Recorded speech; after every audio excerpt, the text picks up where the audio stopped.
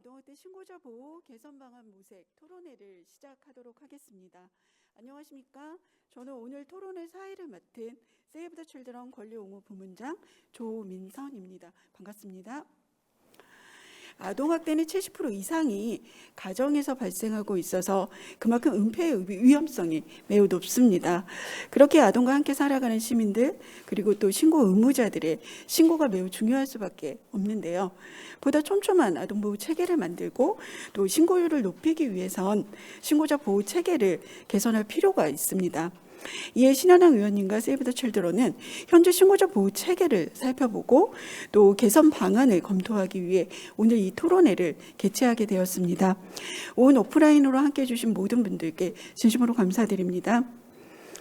오늘 토론회는 코로나 확산 방지를 위해 최소한의 인원으로 모시고 진행하고 있습니다.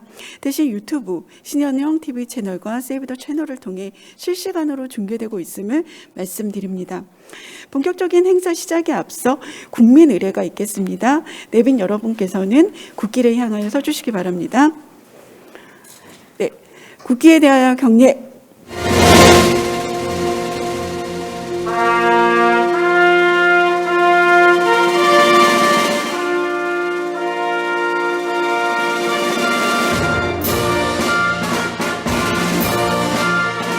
나는 자랑스러운 태극기 앞에 자유롭고 정의로운 대한민국의 무궁한 영광을 위하여 충성을 다할 것을 굳게 다짐합니다.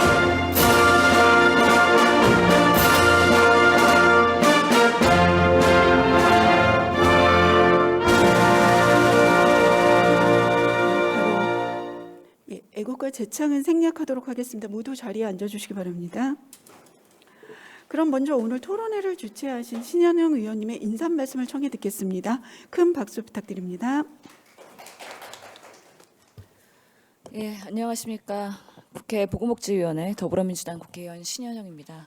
오늘 아동학대 신고자 보호를 위한 개선 방안 토론회 세이브 더 칠드런에서 큰 역할을 해주시면서 저희 의원실가 다시 한번 아동학대 주제로 이렇게 거의 2년 만이죠. 우리 정인이 사망 이후에 2년 만에 만났습니다. 그동안 되돌아보면 얼마나 많은 부분에 있어서의 아동학대 개선점이 있었느냐 했을 때 저는 아직까지는 낙제점이다라고 생각을 합니다.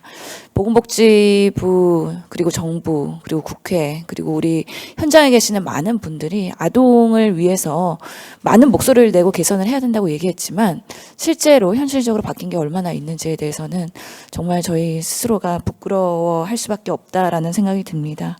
그럼에도 불구하고 저희가 포기하지 않고 또 이슈의 중심이 아니더라도 정책의 우선순위에서 떨어지더라도 꾸준히 목소리를 내면서 하나씩 바꿔가겠다라는 그 열정과 그 의지만은 지속적으로 가져가겠다는 말씀을 드리겠습니다.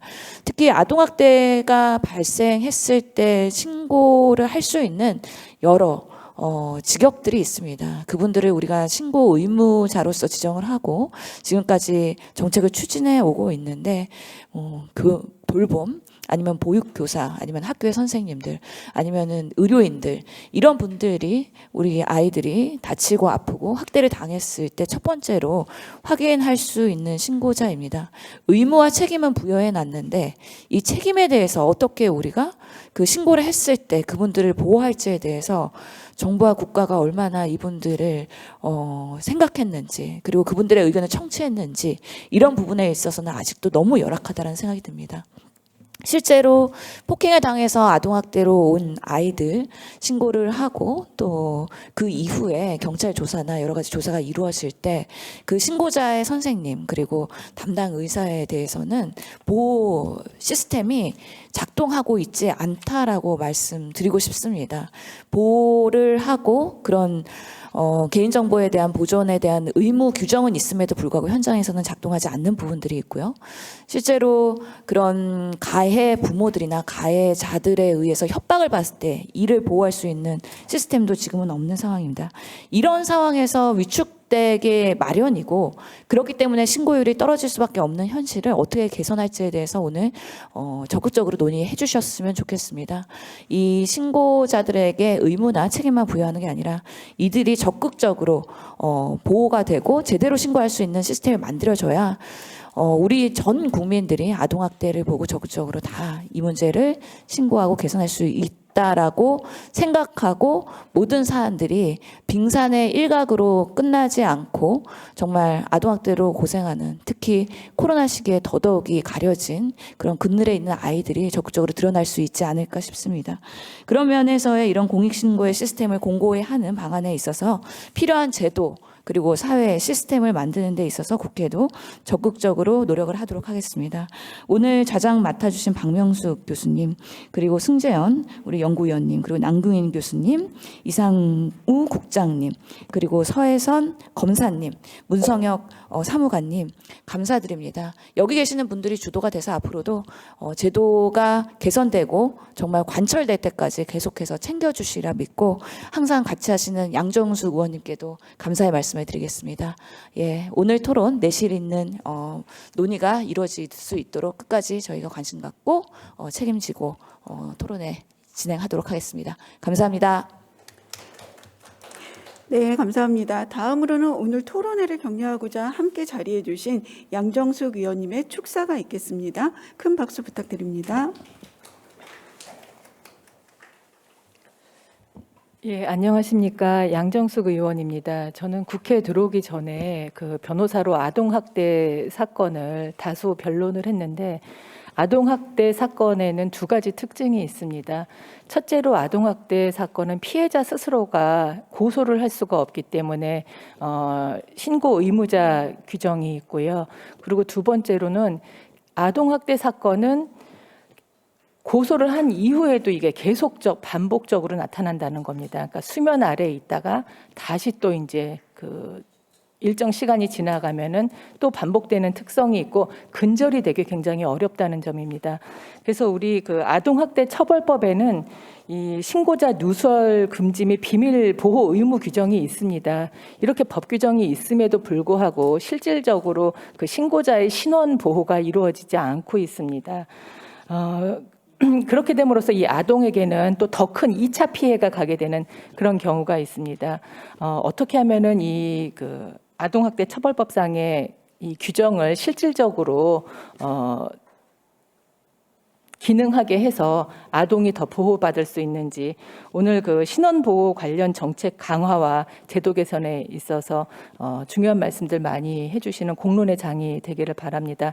저도 존경하는 신현영 의원님 도와서 이 아동 보호에 있어서 아동 복지에 있어서 최선의 노력을 다하도록 하겠습니다. 감사합니다. 네, 감사합니다. 본격적인 토론회 진행에 앞서서 내빈 기념 촬영을 먼저 진행하겠습니다. 두 분 위원님, 또 좌장님, 또 발제자와 토론자분들께서는 앞으로 나와주시기 바랍니다.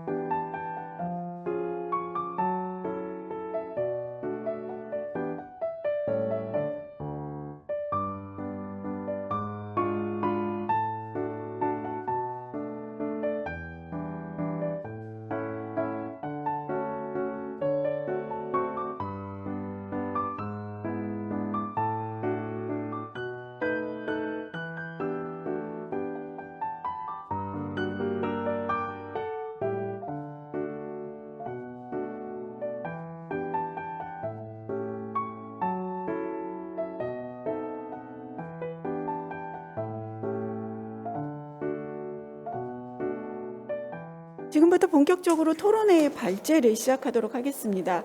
오늘 발제는 두 분이 맡아주셨습니다. 먼저 첫 번째 발제는 세이브 더 칠드런 아동권리 정책팀 강미정 팀장님께서 사례로 본 아동학대 신고자 노출 현황에 대해 발표해 주시겠습니다.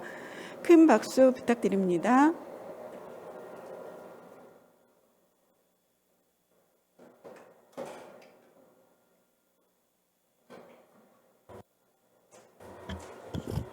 안녕하세요. 그 발제를 맡은 사례로 보는 아동학대 신고자 노출 현황 오늘 발제 맡은 세이브 더 칠드런 강미정입니다. 제가 PPT가 지금 안 넘겨지는데요. 부탁드리겠습니다. 네, 이제 진행하도록 하겠습니다.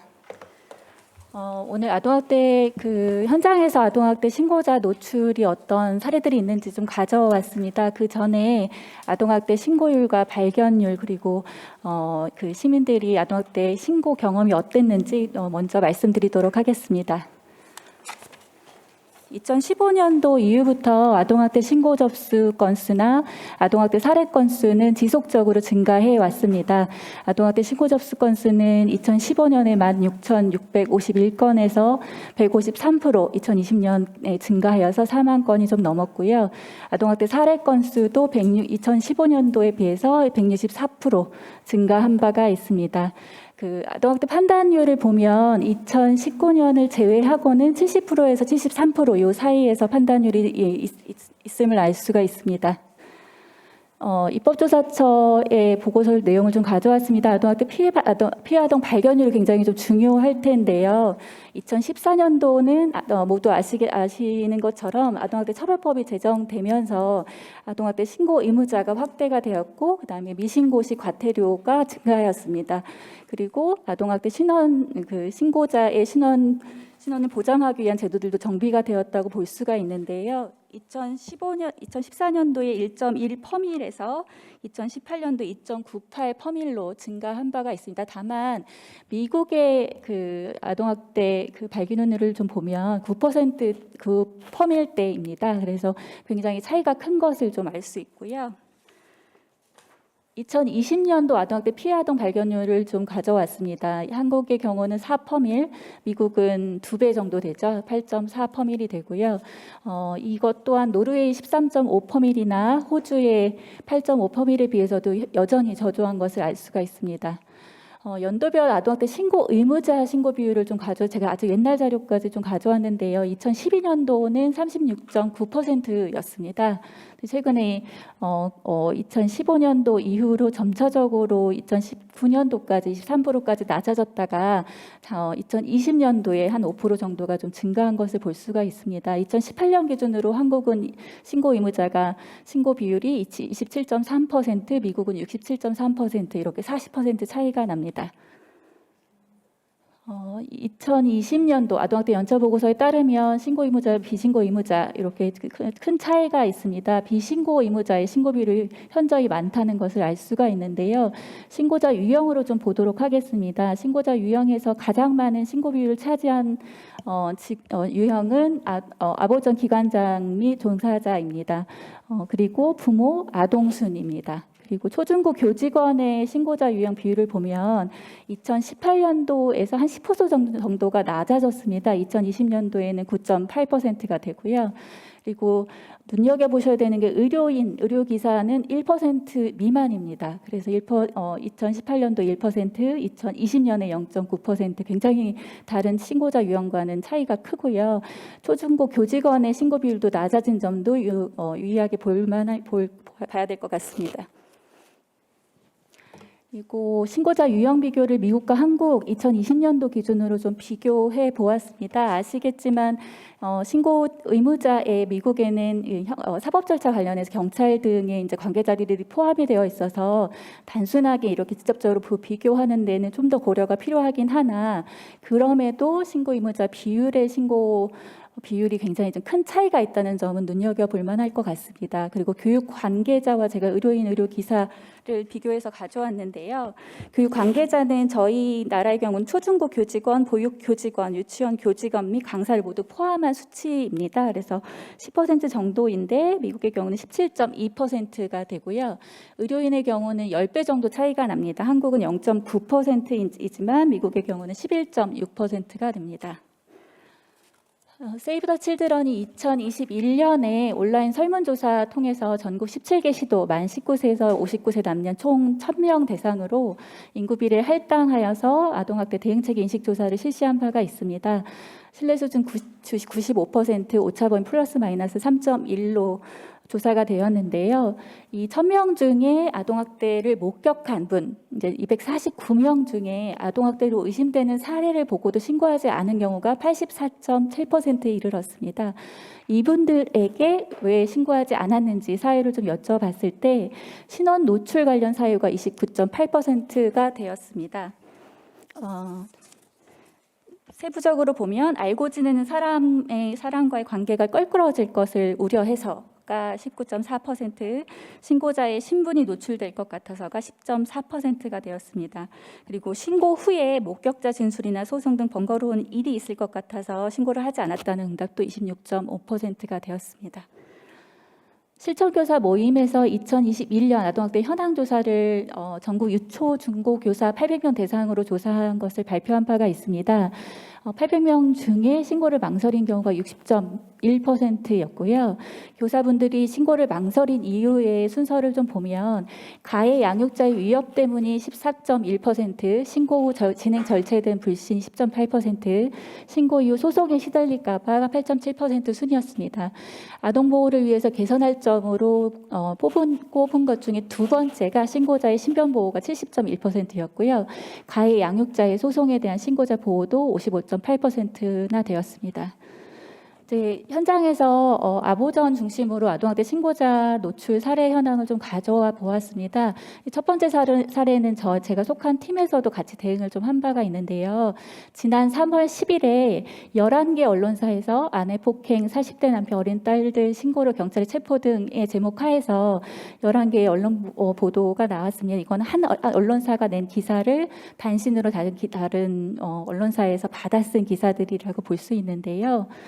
여기 그 기사 내용을 상세하게 보면 가해자가 어디에 살고 있는지, 그리고 연령대는 어떻게 되는지, 그리고 9일 자택 앞에서 여성 배우자를 폭행하다 현행범으로 체포되었고 자녀들은 2딸이고 10살이고 9살이고 이렇게 사건 일시, 발생 지역, 학대 행위자 및 배우자의 연령대, 신고자이자 피해 아동인 아이들의 성별과 연령, 피해자 학대 행위자의 관계, 사건 진행 상황 등 상세 정보가 포함되어 있어서 이때 담당했던 그 아보전 상담원이 이 2차 가해, 아동에 대한 2차 가해를 굉장히 우려하였었습니다.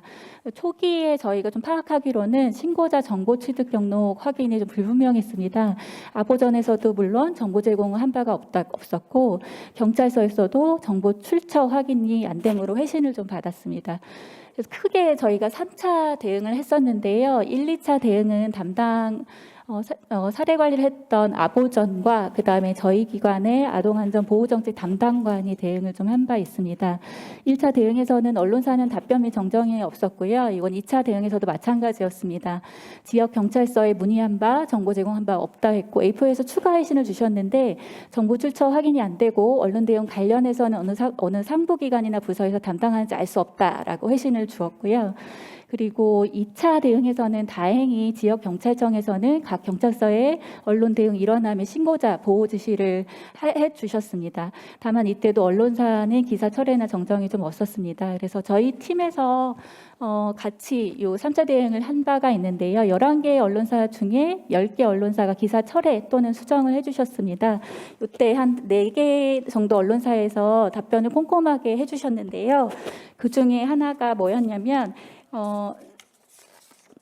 그 아동학대 사건 등 신고자 보호가 필요한 사안에 대해서는 사건팀, 경찰 담당팀입니다. 사건팀이 아닌 전국부나 디지털 뉴스부가 기사를 작성하는 경우에는 관련 기사에 익숙하지 않거나 지침 또는 가이드라인을 정확히 모르는 경우가 있어서 부득이하게 이런 기사가 송출되는 경우가 있다고 합니다.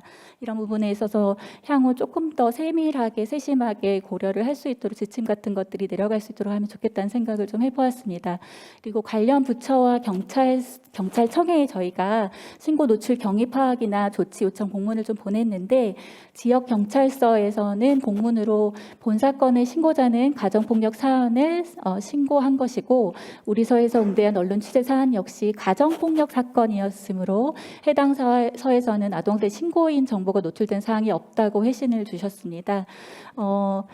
작년에 아동복지법이 개정이 되면서 올해 6월부터는 가정폭력을 목격한 것 또한 아동학대에 포함이 됩니다. 그래서 이 부분도 향후에는 좀 더 각 지역 경찰서와 경찰청 그리고 관련 관계자들이 함께 대응을 할 수 있도록 하는 것이 필요할 것 같고요.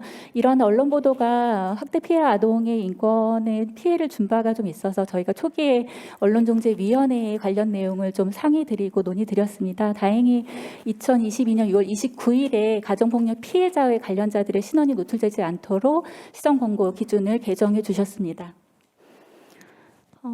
같은 6월에도 11살 초등학생 친부가 폭행 신고, 아동학대 여부 조사, 문 안 열어져 경찰에 신고한 아들, 아빠는 구청장 당선인, 이런 이제 기사, 언론 보도의 기사 제목과 함께 아동이 스스로 학대 피해를 신고한 건에 대해서 아동의 성별과 연령, 학대 행위자와 피해 아동의 관계 등이 노출되었습니다. 이 부분도 저희가 언론사에 요청을 좀 드려서 언론사에서 관련 내용들, 너무 상세한 내용들은 빼주시고 제목도 수정해 주신 바가 있습니다. 다음으로는 이 현장에서 구청과 법원, 경찰에서 신고 정보를 노출한 사례들을 좀 몇 개 가져왔습니다. 첫 번째 사례는 피해 아동복 명령을 청구하는 과정에서 구청에서 청구서의 피해 사실 요지란에 학교에서 112로 학대 신고를 함이라고 기재를 한 바가 있었습니다. 이때 가정법원에서 가정으로 보낸 임시보호 명령 결정문에 구청에서 작성한 청구서가 첨부가 되어서 행위자에게 신고 정보가 그대로 노출된 바가 있었습니다. 다음으로는 수사 의뢰 과정에서 신고자 노출 건인데요. 가족 구성원을 통해서 학대 행위를 아동학대 상담원이 인지하여서 수사 일을 진행하여서 신고를 했는데요. 사건 담당 수사관이 학대 행위자에게 상담원을 노출시켜서 결국에는 그 학대 행위자가 상담원에게 칼로 죽여버린다라는 폭언을 하면서 위협한 바가 있습니다. 이건 최근의 사례들이고요. 이 사례를 담당했던 상담원이 이제 저희에게 보내왔던 의견은 피의자의 알 권리와 신고자의 보호받을 권리가 상충할 시 신고자의 보호받을 권리가 우선되었으면 좋겠다라는 현장의 목소리도 같이 가져왔습니다. 학대 신고 내용에 대해서 정보공개 청구를 학대 행위자가 하는 경우가 있습니다. 그래서 가정법원에 정보공개 청구를 요청을 했는데 해당 법원에서 신고 내용에 대한 정보를 공개하였고 신고 내용뿐만 아니라 신고자 이름과 전화번호까지 같이 노출을 법원에서 했습니다. 그래서 상담원이 신고자 정보를 학대 행위자에게 어떻게 알았는지 문자, 가정법원의 통지서를 통해서 받았다고 답변한 바가 있습니다. 그리고 조사 과정에서 신고자 노출 사례입니다. 이 가정의 경우는 아동학대와 가정폭력이 함께 일어나는 가정이었는데요. 아동이 가족 구성원에게 도움을 요청한 상황을 상담원 전달을 받았습니다. 그래서 경찰에 아동학대 신고 조치를 했고요. 가정폭력도 발생하는 상황이었어서 친모는 상담원에게 학대 행위자가 신고를 누가 했는지 모르게 해달라고 직접적으로 요청도 한 바가 있었습니다. 그런데 담당 수사관이 행위자를 조사하던 과정 중에 오죽했으면 애엄마가 신고를 합니까? 라면서 신고자 노출을 했습니다. 행위자는 가정에 돌아서 신고를 추궁한 바가 있고요. 이것도 이 사례 담당했던 상담원의 의견을 좀 받아왔습니다. 이전부터 신고자 노출이 빈번하게 발생되었던 상황으로 현장 출동 경찰관, 수사관 등 수사관 대상으로 아동학대 교육이 필수적으로 진행되었으면 합니다라는 의견을 현장에서 주셨습니다. 신고자 노출은 결국에는 아동을 보호하는데 그 사각지대 보호하는 데서 사각지대를 굉장히 넓힌다고 볼 수가 있습니다. 사례에서 보신 것처럼 신고자가 노출되면 협박이나 공격, 괴롭힘 등 아동을 포함한 신고자 2차 가해가 진행이 되고요. 기관에서 신고를 한 경우에는 내부 보복 신고나 취업 불이익 등이 계속 드러나고 있습니다.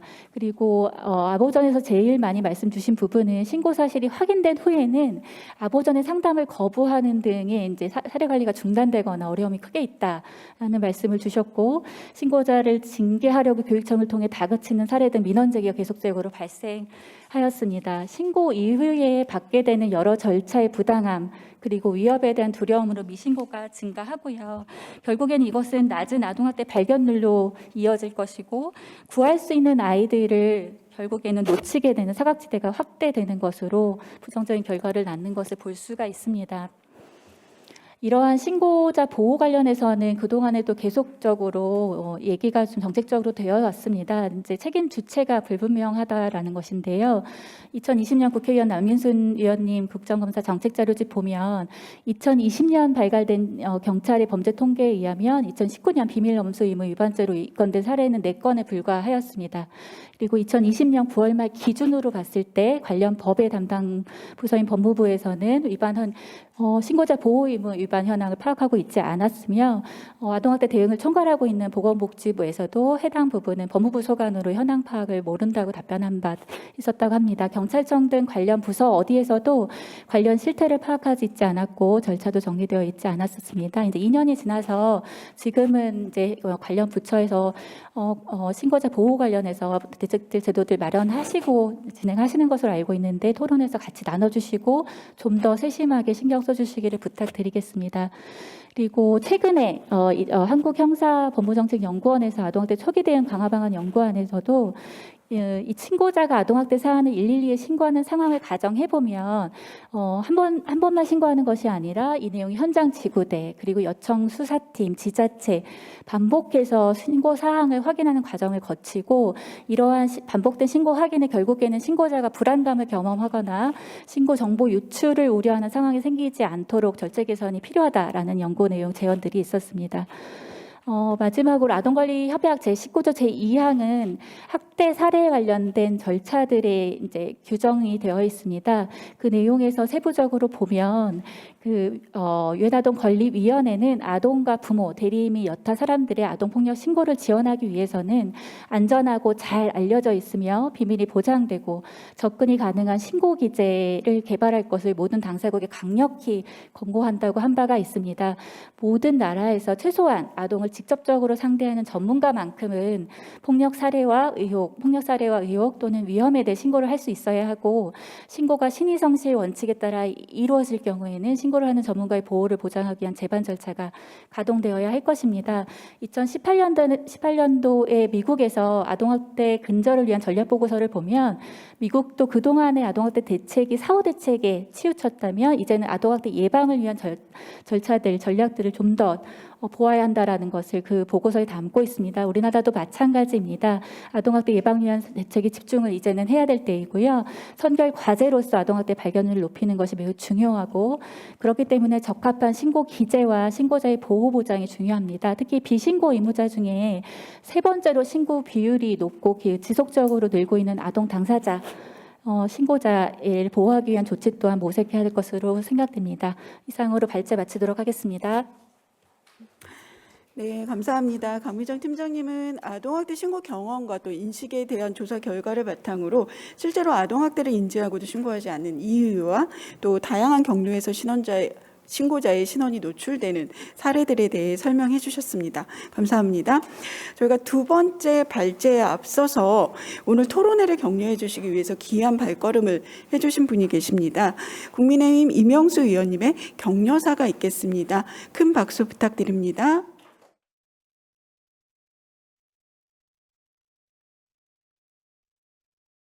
아니, 그쵸.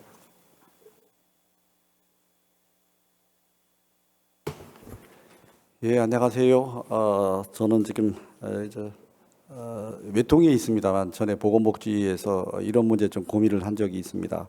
오늘 이렇게 귀한 분들 말씀하는데 제가 이 진행 중간에 와서 흐름을 방해하지 않는가 싶은데 또 우리 신영 의원님 말씀하시기에 이렇게 나왔습니다. 우선 우리 신영님 아까 아침에 조찬 모임에서 한중 관계 그거를 할 때 거기서 뵀는데 여기 와 계시니까 아주 정말 동해 번쩍 서해 번쩍 하시면서 아마 가장 열심히 이런 논의나 여러 가지 문제에 대해서 하시는 분인 것 같아요. 거듭 존경과 감사의 말씀을 드리고 저희들이 있을 때도 이와 비슷한 논의를 해봤습니다. 잘하시는 아동학대라는 게 사실은 가정이 책임이 제일 크건데 이 가정만의 문제가 아니고 우리 국가사회 전체의 문제고 이제 국제적인 문제가 되고 있는데 이거를 우리가 사후에 신고가 된 뒤에 치료하려고 하는 것보다는 예방이 중요하다. 근데 예방의 방법 중에 하나가 바로 신고 문제다. 근데 신고가 안 되는 건수가 더 많지 않냐. 실제 신고되는 것보다 그 신고된 사람의 보호에 관한 문제 논의는 했는데 그걸 제도 개선이나 이런 논의가 없도록 그때 했어야 되는데 또 논의를 할 수밖에 없는 현실을 만든 데 대해서 좀 저희들이 부족함과 죄송하다는 말씀을 드리고요. 지금이라도 오늘 여러 분야에서 좋은 분들이 오셨는데 정말 우리가 저출산, 저출생 다 하시는 것처럼 아이 한 명이 그렇게 소중하다고 하면서 태어난 아이 한 명을 제대로 보호를 못 해가지고 학대 문제로 우리 어른들 때문에 그 아이들을 이렇게 고생시키게 하는 거 이제는 이제 정말 우리가 할 수 있는 모든 최선, 우리가 그동안 논의했던 내용을 이젠 좀 제대로 제도화할 건 제도화하고 또 늘릴 건 늘리고 또 예산적인 뒷받침이나 뭐 필요하면 좀 해야 되는데 항상 뭐 제도가 미비하다, 또 뭐 인원이 적다, 뭐 아동 보호소가 적다, 또 무슨 뭐 예산이 부족하다 이런 얘기를 반복해 왔는데 이제는 그 좀 고리를 끊고 정말 아동 한 사람을 한 아이를 보호하는 게 우리나라의 미래를 더 밝게 해준다 이러는 신념으로 우리 정부 차원에서 또 우리 정치권에서 좀 뭔가 의미 있는 매듭을 짓는 그런 계기가 되었으면 합니다. 늦게 와서 외람되게 말씀을 드렸는데 우리 전문가 선생님들 많이 계시고 우리 복지부도 또 관련 기관도 나왔으니까 항상 우리가 아쉬운 거는 논의는 많이 하는데 논의가 그냥 그날 당일에 말씀으로 끝나는 거 그게 아쉬웠는데 우리 신 의원님은 아마 철저하게 사후까지 후속 조치를 하는 것 같은데 저도 그런데 함께 참여를 하겠습니다. 정말 지금 이렇게 마이크를 통해서 말씀드린 게 아니라 아동이 정말 너무 중요한 거 다 알면서도 실제 우리 사회 현실은 이게 이렇게 애쓰는데도 아동학대 건수가 느는 게 지금 현실이 아니겠습니까? 그 양적인 문제가 아니라 구조적으로 아주 교묘하게 신고가 안 되거나 아동한테 더 많은 고통을 주면서도 실제 외형적으로는 드러나지 않는 그런 그 학대 문제 정말 우리가 함께 더 고민하고 더 노력하고 더 애를 써야 되는 그런 부분인 것 같습니다. 애쓰신 데 대해 감사를 드립니다. 고맙습니다.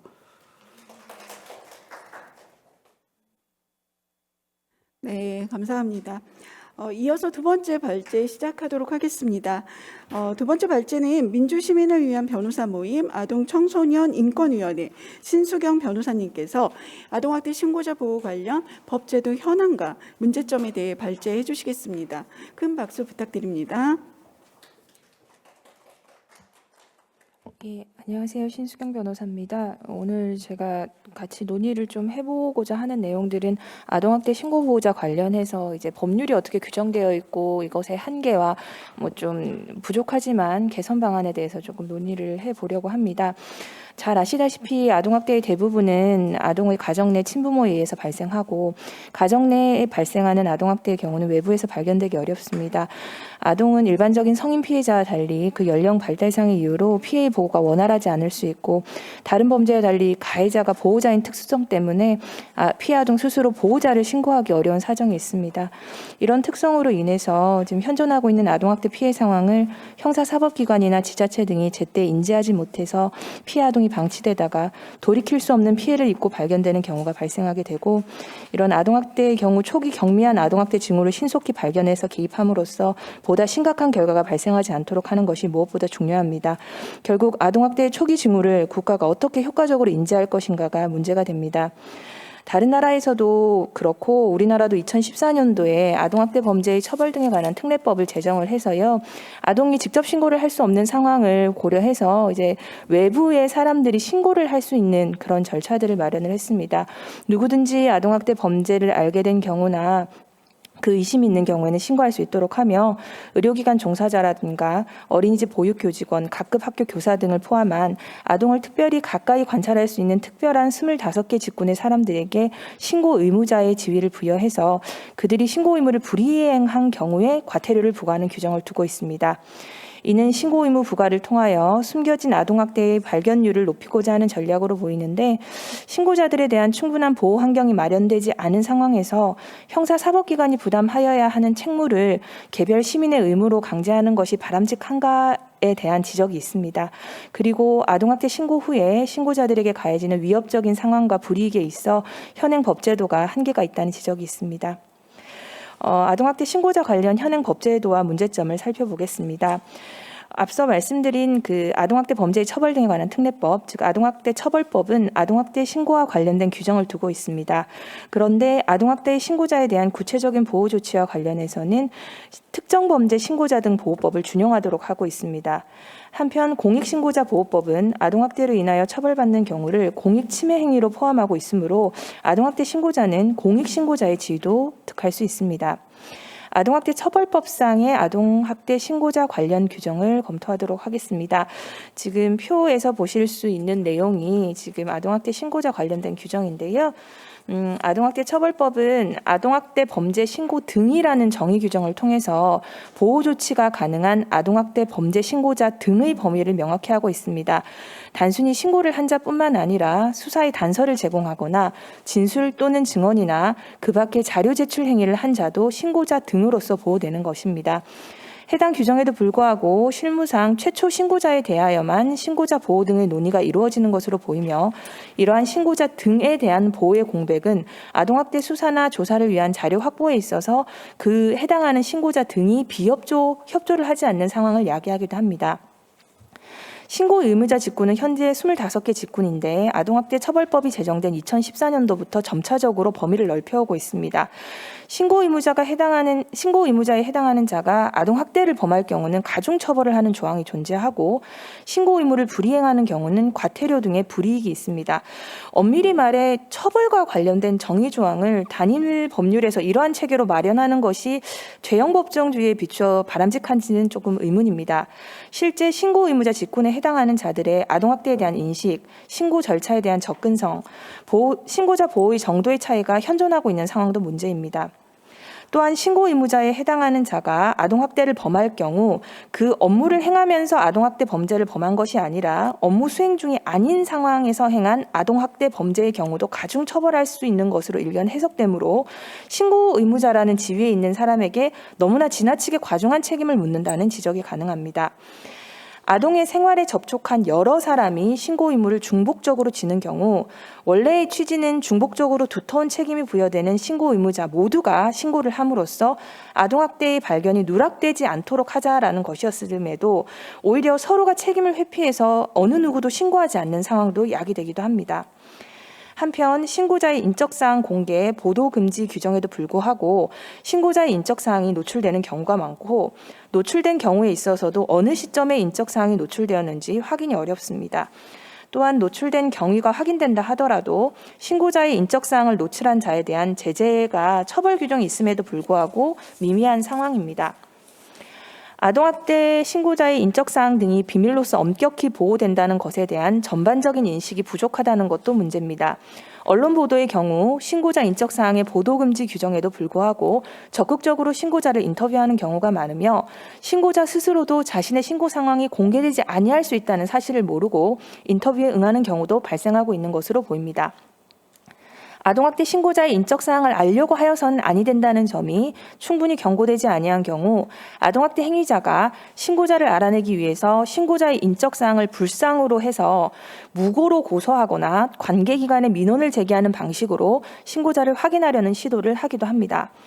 특히 무고 고소가 이루어지는 경우 무고 사건은 아동학대 범죄를 담당하는 일선 경찰서의 여청 수사팀이 아닌 경제팀 등 일반 범죄를 담당하는 수사팀에 배당이 되기 때문에 해당 수사팀이 아동학대에 대한 감수성이 좀 특별하지 않기 때문에 신고자에게 직접 연락을 해서 신고자를 불안하게 하거나 고소인 조사 과정에서 부주의하게 신고자의 정보를 노출하는 경우도 발생하고 있습니다. 그리고 아동학대 사건의 경우 아동의 생활 반경에서 신고자를 추정하는 것이 어렵지 않기 때문에 신고 의무자의 신고의 경우는 인적사항 공개금지 규정에도 불구하고 행위자들이 신고자를 찾아 위협하는 일들이 발생하고 있습니다.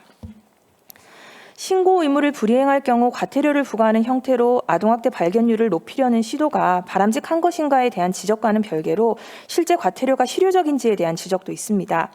결국 신고 의무를 불이행함으로써 과태료가 부과되는 경우라는 게 아동학대가 발견된 후에 사후적인 조치로서 지자체가 민원 등에서 면책되기 위하여 과거에 아동과 접촉이 있었던 신고 의무자들을 모두 찾아내어 과태료를 부과하는 형태를 취하고 있기 때문입니다. 불이익을 부과함으로써 신고 의무를 강제하기보다는 실효적인 보호 조치와 자발성을 이끌어낼 수 있는 유인을 제공하는 것이 바람직하다고 보여집니다. 아동학대 처벌법은 아동학대 신고자에 대한 위협이나 불이익을 방지하기 위해서 특정 범죄 신고자 등 보호법을 준용하고 있고 이른 다른 범죄와 비교한다면 상당히 높은 수준의 보호를 제공하고 있는 것임에도 현장에서는 신고자에 대한 보호가 미흡하다는 목소리가 높습니다.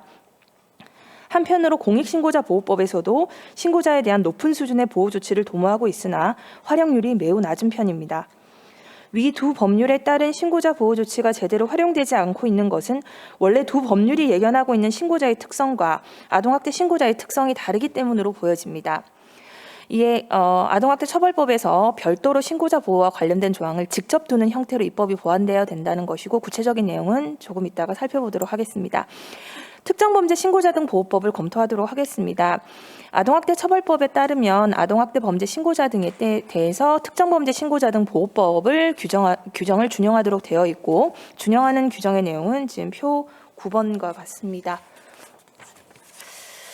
그 특정범죄 신고자 등 보호법은 수사 단계에서 신고자의 인적사항이 공개되지 않도록 가명으로 조사받을 수 있도록 하고 신고자의 인적사항을 기재한 신원관리 카드를 엄격히 관리하는 등 신고자의 정보가 노출되지 않도록 하고 있는 한편 신고자의 진술 등이 공판정에서 증거로 활용될 수 있도록 사전에 증거보전 절차를 거칠 수 있도록 하는 내용이 담겨 있습니다.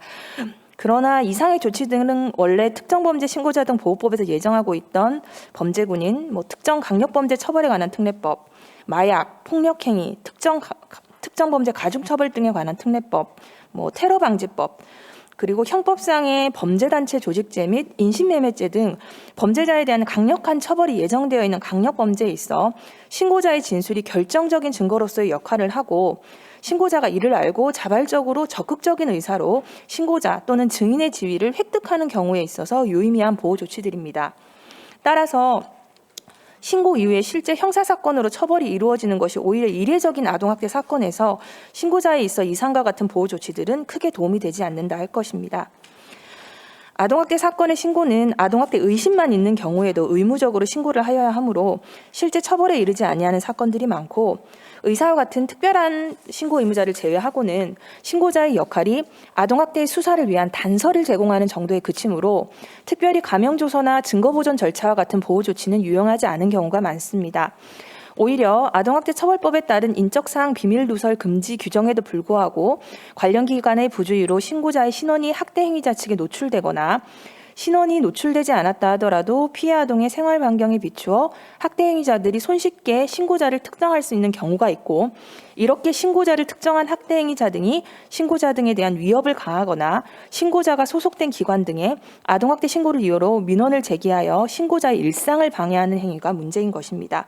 결국 아동학대 범죄 신고자 등에 있어서 특정범죄 신고자 등 보호법에 준용되는 조치 중에 유의미한 조치는 13조의 신변안전조치에 그친다 할 것입니다. 신변안전조치의 내용으로는 일정 기간 동안 특정 시설에서 보호하고 일정 기간 동안 신변을 경호하고 참고인 또는 증인으로 출석 귀가 시 동행하며 대상자의 주거에 대한 주기적인 순찰, 기타 신변 안전에 필요하다고 인정되는 조치를 내용으로 하고 있습니다. 아동학대 행위자 등이 신고자 등의 실제 위협을 가하거나 가할 것과 같은 위력을 보이는 경우에 있어서는 그 2호와 4호의 내용, 일정 기간 동안의 신변 경호와 주기적인 순찰과 같은 내용들을 활용할 수 있을 것입니다. 실제 경찰에서는 응급 버튼을 누르면 바로 경찰관에게 연락이 가는 스마트워치 등을 지급하거나 주거지 순찰을 하고 있는 걸로 보이는데 이런 신변안전조치에 활용되는 경찰력은 한계가 있을 수밖에 없습니다. 신변안전조치의 대상인 아동학대 사건의 직접 피해자인 피해아동, 가정폭력 사건에서의 피해자, 스토킹 범죄의 피해자에 이르기까지 이런 사람들에 대해서 우선적으로 이런 스마트워치의 지급이라든가 신변안전조치들이 될 수밖에 없기 때문에 신고자 등까지 이런 범위가 실질적으로 경찰력을 활용을 해서 이용되기는 쉽지가 않기 때문입니다. 물리적인 위해를 가하는 것이 아닌 경우에 있어 특히 그 신고자 등이 근무하는 직장에 항의성 민원을 넣는다거나 다른 동료 직원을 괴롭히는 등의 방식으로 신고자를 곤란하게 하는 경우라면 이런 신변 경호라든가 순찰 같은 경우도 별로 도움이 되지 못할 것입니다. 그래서 5호의 기타 신변 안전에 필요하다고 인정되는 조치를 조금 적극적으로 해석해서 경찰의 도움을 요청할 여지는 있는데 이 역시도 앞서 말씀드린 바와 같이 경찰력의 한계가 있어 효과적인 대응은 어렵다고 할 것입니다. 무엇보다 큰 문제는 대부분의 신고자들은 자신의 신원이 공식적으로 학대 행위자 측에 알려지는 것을 원하지 않고 있음에도 신변 안전 조치 등을 통한 공식적인 대응을 하는 경우는 결국 자신이 신고했음을 학대 행위자 측에 공표하는 셈이 된다는 것입니다. 학대 행위자 측은 이러한 점을 악용해서 신고자 측의 형사고소 등의 추가 대응을 해오기를 기다려 수사 과정에서 신고자가 자신을 신고했음을 확인받으려고 합니다. 전술한 바와 같이 무고죄로 고소를 해서 신고자 등에게 추가적인 고통을 주기도 하는 상황입니다. 이처럼 특정범죄 신고자 등 보호법상 신고자 등에 대한 보호 조치는 실효적이지 않기 때문에 아동학대 사건 특수성에 맞는 필요한 조치 등을 아동학대 처벌법에 따로 규정할 필요가 있다 할 것이고, 무고죄 등의 위험에 있어서의 신고자 등의 면책 조항도 조심스럽지만 좀 검토해 볼 필요가 있다고 보여집니다. 공익신고자 보호법에도 아동학대 사건과 관련돼서 이 신고 행위를 공익침해 행위로 보고 신고한 자를 공익신고자로 하여 다양한 보호 조치를 두고 있습니다. 관련된 내용은 표의 내용과 같습니다. 상당히 많은 내용을 규정하고 있습니다. 공익신고자 보호법에 따르면 아동학대에 대한 신고행위는 공익침해에 대한 신고행위고, 신고자는 동법상의 공익신고자의 지위를 취득할 수 있습니다. 공익신고자 보호법상의 신고자의 보호도 큰 틀에서는 인적사항 누설금지, 불이익 조치 금지, 신변 보호 조치 등으로 아동학대 처벌법과 특정범죄 신고자 등 보호법과 다르지 아니합니다. 다만 공익신고의 절차에 따를 경우는 수사기관이 아닌 국민권익위원회에 신고가 가능하고, 신고자의 인적사항 대신 변호사의 인적사항을 대신 기재하는 비실명 대리신고가 가능합니다. 그리고 보상금, 포상금, 구조금 등 신고로 인한 보상과 실질적인 불이익이 발생하였을 경우에 금원의 지급 등을 할 수 있는 규정을 두고 있어서 필요시 활용할 수 있습니다. 그러나 이러한 공익신고자 보호법은 아동학대 신고에 있어 거의 활용되고 있지 아니합니다. 우선 아동학대 신고가 동법상의 공익신고에 해당하는 것에 대한 인식이 부족하고요. 동법의 규정을 종합해 볼 때 단순히 아동학대 의심을 가지고 신고하는 경우에 공익침해 행위의 내용, 공익신고의 취지와 이유 등과 더불어 공익침해 행위의 증거를 제출하도록 되어 있는 공익신고서의 기재를 다 기재할 수 없는 상황입니다. 그래서 아동학대 상황에 있어 확정적인 증거가 있는 경우에 나의 인적사항만을 보호받고 싶다라고 하는 경우에 있어서만 활용되는 것으로 보여집니다. 가정 내 아동학대를 외부에서 발견해서 신고하는 경우에 이러한 증거를 따로 확보하는 것은 사실상 불가능하고, 만약에 이런 증거를 확보하기 위해서 따로 시간을 내기보다는 신속하게 신고를 해서 아동의 안전을 도모하는 것이 맞기 때문에 공익신고자 보호법에 따른 절차를 따르는 것은 맞지 않다고 보여지고요. 아마도 공익신고자 보호법은 가정 외에 아동 관련 기관 내에 아동학대가 발생했을 경우에 이를 목격한 사람이나 같이 참여한 경우에 면책을 받기 위한 경우에 제보하는 형태로 활용되고 있는 것 같습니다. 다만 공익신고자 보호법상의 비실명 대리신고 등의 내용과 포상금 등의 규정은 신고자를 보호하고 신고를 활성화할 수 있는 제도로서 활용할 수 있을 것으로 보여집니다. 이상의 내용을 검토한 것을 바탕으로 신고자 관련 법령 개정 방안을 제안해 보도록 하겠습니다. 우선 아동학대 처벌법은 아동학대 신고자 보호를 특정범죄 신고자 등 보호법을 준용하는 형태로 주고 있는데, 해당 법률에 규정된 신고자 등의 보호 조치가 아동학대 범죄의 특수성에 비추어 신고자들에 대해 큰 도움을 주지 못하기 때문에 아동학대 범죄 신고자들 수요에 부합하는 내용으로 아동학대 처벌법상 특별한 신고자 보호 조치를 직접 규정할 필요가 있다라고 생각이 됩니다. 예를 들면 신변 경호 조치, 주거 직장 등에 대한 주기적인 순찰, 스마트워치 등 신변 안전장치의 배부, 학대 행위자 등에 대한 구두 경고 등 이런 것들을 직접 아동학대 처벌법에 규정할 수 있을 것 같습니다. 실무적으로는 구두 경고만으로 아동학대 행위자들의 부적절한 행동들이 자제되는 경우도 상당하나 이런 사소한 요청도 묵살되는 경우도 있습니다. 또한 신고 의무자로서 자신이 근무 중 인지한 아동학대 상황을 신고하였다가 아동학대 행위자가 신고를 이유로 직장을 찾아오는 등의 행위를 해서 해당 직장에서의 계속적인 근무가 어렵거나 사업장 영업을 방해하는 일이 발생할 수도 있습니다. 이에 대해서 이직, 전직, 이사, 사업장 폐쇄 등과 같은 영업 손실을 보상하는 제도도 규정될 필요가 있습니다. 이는 다른 신고자들과 달리 아동학대의 경우는 신고 의무자로 규정되어 있고, 그 신고가 강제되어 있음에도 불구하고 이런 실질적인 불이익에 대한 아무런 보상도 고려하고 있지 않는 잘못이 있다는 것으로 공익신고자 보호법상의 보상금, 포상금, 구조금 등의 내용을 적절히 조정해서 아동학대 처벌법 내에 규정할 필요가 있다 할 것입니다. 또한 공익신고자 보호법상의 비실명 대리신고 제도를 아동학대 범죄 신고에 걸맞게 보완하여 아동학대 처벌법상 규정을 두는 것도 고려해 볼 수 있습니다. 결국 제대로 처벌이 되지 않은 경미한 아동학대의 경우는 학대 행위자들이 자신들의 무고를 주장하며 신고자를 찾아내기 위하여 아동 반경의 신고 의무자들을 괴롭히는 양상을 나타내고 있으므로 신고 절차를 비실명 대리인을 지정할 수 있는 방식으로 바꿔서 색출의 루트를 아예 차단하는 것도 효과적인 방법이 될 수 있을 것으로 생각을 합니다. 신고자 유형별로 요청되는 보호 조치의 수요도 확인하여 법제화할 필요가 있습니다. 우선 현재 신고 의무자 유형을 열거적으로 유형화하여 규정하는 형태가 죄형 법정주의에 비추어 바람직한 것인지에 대해서 의문이 있다는 점은 말씀드린 바 있습니다. 현행 신고 의무자 규정은 너무나 다양한 직군의 다양한 배경을 가진 자들을 모두 동의해서 규정하고 있습니다. 각 신고 의무자가 신고를 하게 되는 경위와 신고 후 처하게 되는 상황이 상이함에도 신고의 절차도 보호 조치도 단일하게 규정되어 있어 신고자 보호에 미흡한 실정입니다. 특히 의료인의 신고는 현재 아동학대 사건 처리 절차에 있어서 독특한 지위에 있다 할 것입니다. 의료인은 아동학대로 인하여 아동에게 극단적인 결과가 발생하기 전에 아동학대를 조기에 발견할 수 있는 위치에 있으며 여러 가지 방면에서 아동학대를 조기에 발견하고 악화를 방지하며 치료에 개입할 수 있는 지위에도 있습니다. 의료인은 아동이 의료기관에 방문한 경우 학대 아동을 발견할 수 있을 뿐만 아니라 사회복지사, 법 관계자 등의 다수의 아동학대 관련 전문가들에게 이것이 아동학대인지 여부에 대해서 자문을 할 수 있는 지위에도 있습니다. 한편 의료인은 의료법과 의료윤리 일반에 있어 의료행위에서 습득한 환자의 정보에 대해 비밀을 유지할 의무를 가지고 있고 이러한 비밀 유지 의무와 아동학대 신고 의무는 외견적으로 상충하는 듯한 모습을 보이기도 합니다.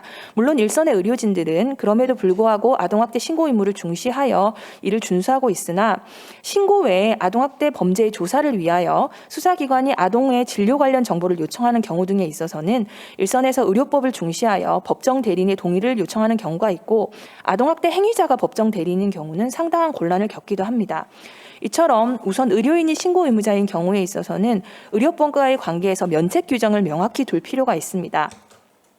또한 단순한 사건의 단서를 제공하는 신고자와 달리 의료인의 경우는 신고에 이르게 된 경위, 아동학대로 판단한 근거 등에 대한 추가적인 조사를 요청받는 경우가 많고 재판정의 증인으로 소환되는 경우도 있습니다. 사실상 신고자의 인적사항의 비밀 유지가 불가능한 것입니다. 그렇다면 의료인인 신고자의 경우는 특정범죄 신고자 등 보호법의 인적사항 관련 특례, 증거보전과 관련된 특례를 가장 활발히 활용하여야 할 필요가 있는 직군이며 이러한 내용이 의료법과 아동학대 처벌법에 동시에 규정되어야 할 것으로 보입니다. 추가적으로 의료진이 신고자인 경우 신고 후 아동학대 행위자가 보복 등의 아동학대 신고자 등의 보복이 의료기관 내에 발생할 수 있습니다. 그 위험성은 특별히 더 클 수 있고 다른 환자들의 생명에도 치명적인 결과를 발생시킬 수 있습니다. 그렇다고 한다면 의료진에 대한 보복 의도의 접근에 있어서는 보다 가중처벌할 필요가 있고 필요시 형사특별법을 통한 의료진에 대한 접근 금지 조항의 도입을 검토해 볼 필요도 있습니다. 보육교사나 초중고 교원의 경우에 있어서는 신고 후에 신고자의 특정이 가장 쉽게 이루어지고 신고 이후 가장 실질적인 위협에 시달리는 직군으로 알려져 있습니다. 우선 해당 직군의 경우 피해 아동을 관찰하는 과정에서 여러 명의 신고자들이 중복적으로 신고 의무를 부담하게 되는 상황이 발생하게 되는데 일반적으로 어린이집의 경우는 원장, 초중고 교원의 경우 담임교사나 상담교사가 신고를 행하게 되고 신고 이후 절차 및 행위자 등의 위협적인 상황에 신고자 개인이 대응하게 되는 불합리한 상황이 발생하고 있는 것으로 보입니다. 특히 어린이집이나 학교 등 신고자의 직장은 일반에 공개되어 있는 상황이기 때문에 학대 행위자 등의 위협에 쉽게 노출되며 실제 찾아오는 위협이 현존하는 경우에 다른 아동들의 안전에도 문제가 발생할 수 있습니다. 이상의 신고 의무자 직군에 있어서는 신고의 부담을 개인에게 돌리기보다는 관리자나 기관 책임으로서 익명화하여 신고할 수 있는 절차가 일반적으로 마련될 필요가 있다 할 것입니다. 전술한 바와 같이 비실명 대리신고 등을 입법화하여 활용하는 것도 하나의 방법일 수 있을 것 같습니다. 기관 단위에서 회의 등을 거쳐 신고를 할 것을 결의하고 이를 비실명 대리신고를 통하여 진행한다면 신고자 개인 단위가 겪는 불안과 불이익은 다소 줄어들 가능성이 있습니다. 결국 신고자들의 보호 조치가 미흡하고 개선되어야 한다는 것의 근본적인 원인은 아동학대 사건에 있어서 아동학대 행위자들이 자신들의 잘못을 제대로 깨닫지 못한 채 아동학대 사건에 대한 형사사법기관의 개입이 이루어지지 않거나 미미하게 종결됨으로 인해서 이런 아동학대 행위자들의 불만이 신고자들에게 집중되면서 발생하는 것이라 할 것입니다. 그렇다면 신고가 이루어진 아동학대 사건의 경우 아동학대 행위자가 처벌이 되지 않는다 하더라도 성행을 개선할 수 있는 기본적인 개입이 이루어져야 됨은 당연하고 신고자를 색출하거나 위협하는 경우에 있어 상당한 불이익이 발생할 수 있다는 경고가 아동학대 전 조사 과정에서 거듭돼서 이루어져야 될 것 같습니다. 이상입니다. 네, 감사합니다. 신수경 변호사님께서는 아동학대 신고자 관련 법 제도에 대한 문제점을 토대로 개선 방안을 제시해 주셨습니다. 오늘 귀한 내용으로 발제를 맡아주신 두 분께 진심으로 감사드립니다. 그럼 지금부터는 앞서 발표해 주신 두 분의 발제문에 대한 토론을 이어가도록 하겠습니다. 오늘 토론의 자장은 상지대학교 사회복지학과 박명숙 교수님께서 맡아주시겠습니다. 의미 있는 토론이 진행될 수 있도록 유튜브로 시청 중이신 분들께서도 질문이나 의견 있으시면 언제라도 댓글로 의견 주시기 바랍니다. 그럼 이제부터 토론 진행을 위해 마이크를 자장님께 넘기도록 하겠습니다. 네, 안녕하세요. 반갑습니다. 저는 오늘 토론회 자장을 맡은 상지대학교 사회복지학과의 박명숙입니다. 사실 이제 우리나라에서 아동학대 그 사례 수가 굉장히 증가하고 있고 또 신고 접수되는 사건들도 이제 굉장히 많아지고 있죠. 근데 그럼에도 불구하고 외국하고 비교해 봤을 때는 아직 우리가 그 발견율이 상당히 낮은 상황이에요. 그래서 그렇다는 것은 아직까지도 우리가 확인되지 못하는 굉장히 많은 아동들이 이제 학대의 고통 속에 있다라는 것을 의미하는 것이고, 그러한 아동들을 발견하기 위해서 우리가 이제 신고 의무자라는 제도를 두고 있죠. 그래서 이 신고 의무자들은 특히 굉장히 아동들을 자주 만나시는 접하시는 분들을 저희가 이제 신고 의무자로 규정을 하고 있고요. 그래서 그런 신고 의무자들의 역할이 사실 굉장히 중요한데, 지금 뭐 앞에서 우리 두 분 선생님 말씀해 주셨지만, 뭐 그 신고를 할 수 있는 하기에는 여러 가지 많은 이제 위험 부담들도 있고요. 신고 이후에 여러 가지 또 많은 어려움들이 있기 때문에 우리가 이런 것들을 어떻게 좀 세밀하게 촘촘히 좀 만들어서 신고 의무자들이 그 역할을 좀 더 잘할 수 있도록 할 것인가, 뭐 이런 고민들을 오늘 이제 함께 하고 관련된 법 규정 뭐 이런 고민들도 같이 하는 자리로 알고 있습니다. 오늘 우리 5분의 선생님들께서 토론을 해주십니다. 제가 시간을 보니까 선생님들 한 분 한 분의 말씀들을 굉장히 좀 자세히 좀 듣고 싶고 그런 굉장히 중요한 말씀 해주실 것 같은데 제한이 좀 많이 될 것 같아요. 그래서 죄송하지만 한 7분 정도 이렇게 선생님들께 이제 토론을 부탁드리고요. 제가 토론에 앞서서 잠깐 오늘 토론에 함께 해주신 선생님들 잠깐 소개하도록 하겠습니다. 제가 먼저 앉아 계신 순서대로 제 오른쪽에 이화여대 목동병원 응급의학과 교수님이신 남궁인 교수님 함께 해주셨습니다. 감사합니다. 네, 그리고 우리 보건복지부 아동학대 대응과의 문성혁 사무관님 함께 해주셨습니다. 고맙습니다. 그다음에 제 오른쪽에 전국교직원 노동조합 경기지부 교권국장이신 이상우 선생님 함께 해주셨습니다. 고맙습니다. 그리고 법무부의 여성아동인권과의 서혜성 검사님 함께 해주셨습니다. 고맙습니다. 그리고 이제 우리 승재현 선생님도 형사법무정책연구원의 승재현 선생님께서 토론자를 함께 해주셨는데 지금 외국 출장 중이라서 이따 줌으로 연결하게 될 것 같아요. 그래서 나중에 토론하실 때 다시 소개해드리도록 하겠습니다. 자, 그럼 먼저 첫 번째 우리 남궁인 선생님께 토론을 부탁드리겠습니다. 네, 안녕하세요. 저는 이대목동병원의 응급학과에 있는 남궁인이라고 합니다. 저는 현재 세이브 더 칠드런의 홍보 대사를 맡고 있기도 하고요. 오늘 아동학대 신고자 보호방안 모색하는 자리에 초대받게 돼서 영광입니다. 일단 세이브 더 칠드런의 이름으로 조금 말을 열고자 합니다. 국내 아동 권리는 1991년 유엔 아동 권리 협약을 비준으로 출발했습니다. 협약의 서문에서부터 아동기에는 특별한 보호와 원조를 받을 권리가 있으며 이를 위해 당국은 적절한 입법적, 행정적 조치를 취해야 한다고 명시하고 있습니다. 그래서 오늘 이 토론회도 유엔 아동 권리 협약에 의거한 회의라고 생각을 합니다. 실제 아동기에 특별한 보호가 필요하다는 말에는 누구나 동의를 하실 겁니다. 피해 아동은 자신의 피해를 인식하고 어른이 기대하는 방식으로 도움을 구하는 일이 가능하지 않은 상황이 많습니다.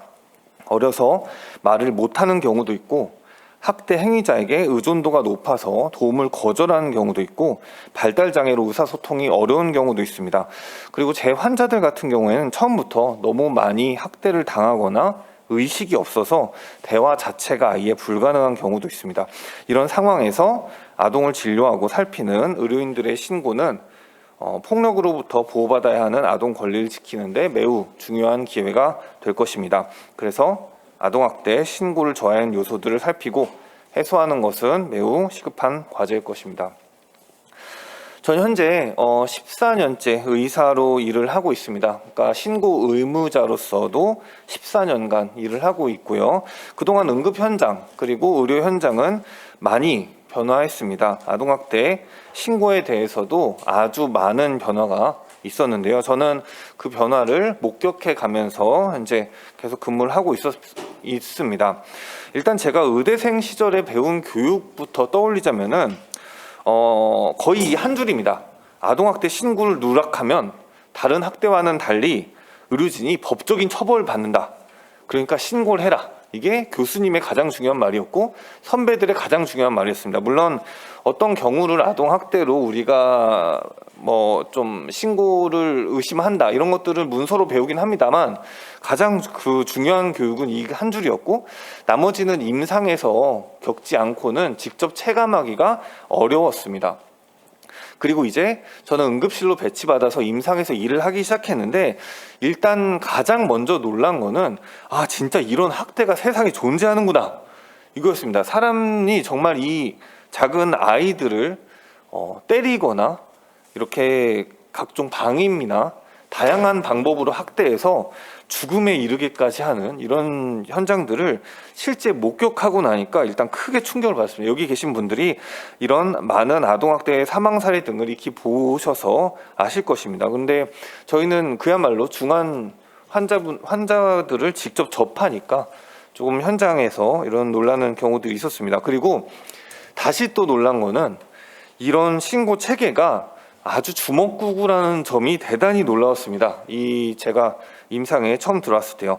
어디다가 전화를 걸지도 일어나되지 않았고 신고 의무자의 신원은 당연히 뭐 지켜지지 않는 이런 감수성조차 없었고 가해자분들에게 신고한다고 얘기를 하면은 모든 분들이 다 눈을 부릅뜨거나 거의 약간 어떠한 공감 능력도 없는 그런 가해자분들의 모습도 보았고 그리고 막상 신고를 하면은 경찰서에 불려다니면서 진술서를 작성하고 그 근무가 끝나고 퇴근했는데 경찰서에 가서 똑같은 당시 상황, 똑같은 말만 시킵니다. 똑같은 상황을 또 증언하고 풀려나고요. 그리고 나중에 보복의 위험은 당연히 컸고 그 다음에 제가 아동학대 신고를 이렇게까지 조사를 받고 나왔는데 어떻게 처리됐는지 전혀 알 수가 없었습니다. 그러니까 이 신고 체계 자체가 주먹구구라는 점에서도 저는 상당히 놀랐습니다. 그리고 저희는 끔찍하지만 늘 비극을 통해서 배워온 존재입니다. 그리고 비극을 통해서 배워야 할 의무가 있는 존재이기도 합니다. 지금 저는 이대 목동병원에서 근무를 하고 있고요. 불과 2시간 전까지만 해도 여기서 응급실에서 직접 환자를 진료하다가 퇴근해서 이 자리에 와 있습니다. 바로 세상을 떠들썩하게 했던 양천구 아동학대 사건이 있던 곳이고 저희 의료진은 직접 이 아동학대 사건을 진료했던 사람들입니다. 게다가 저희 병원에는 아동보호기관의 홍보대사인 저도 근무를 하고 있고요. 그래서 지금 저희 병원은 제가 처음에 임상에 들어왔을 때랑은 다르게 아동학대 신고에 감수성 있고 발전된 모습을 보이고 있습니다. 정말 이 양천구 아동학대 사건 이후로 아동학대 신고를 하면은 정말 많은 분들이 관심을 가지고 이렇게 신경을 써주시는 모습을 보여서 이 변화된 모습에 저도 비극에서 정말 배우는구나 이런 좀 안타깝지만 또 어떻게 발전된 생각이 들었습니다. 그래서 112로 신고는 현재 통일되었고 또 공권력을 지닌 경찰분들과 전담 기관분들이 동시에 출동을 하고 또 명목상으로는 어쨌든 신고 의무자의 신원을 지켜주시려 노력을 하시고 또 그 신고를 저희가 하는 분들도 달라진 모습이 좀 더 특별했는데요. 저희가 신고 의무자임으로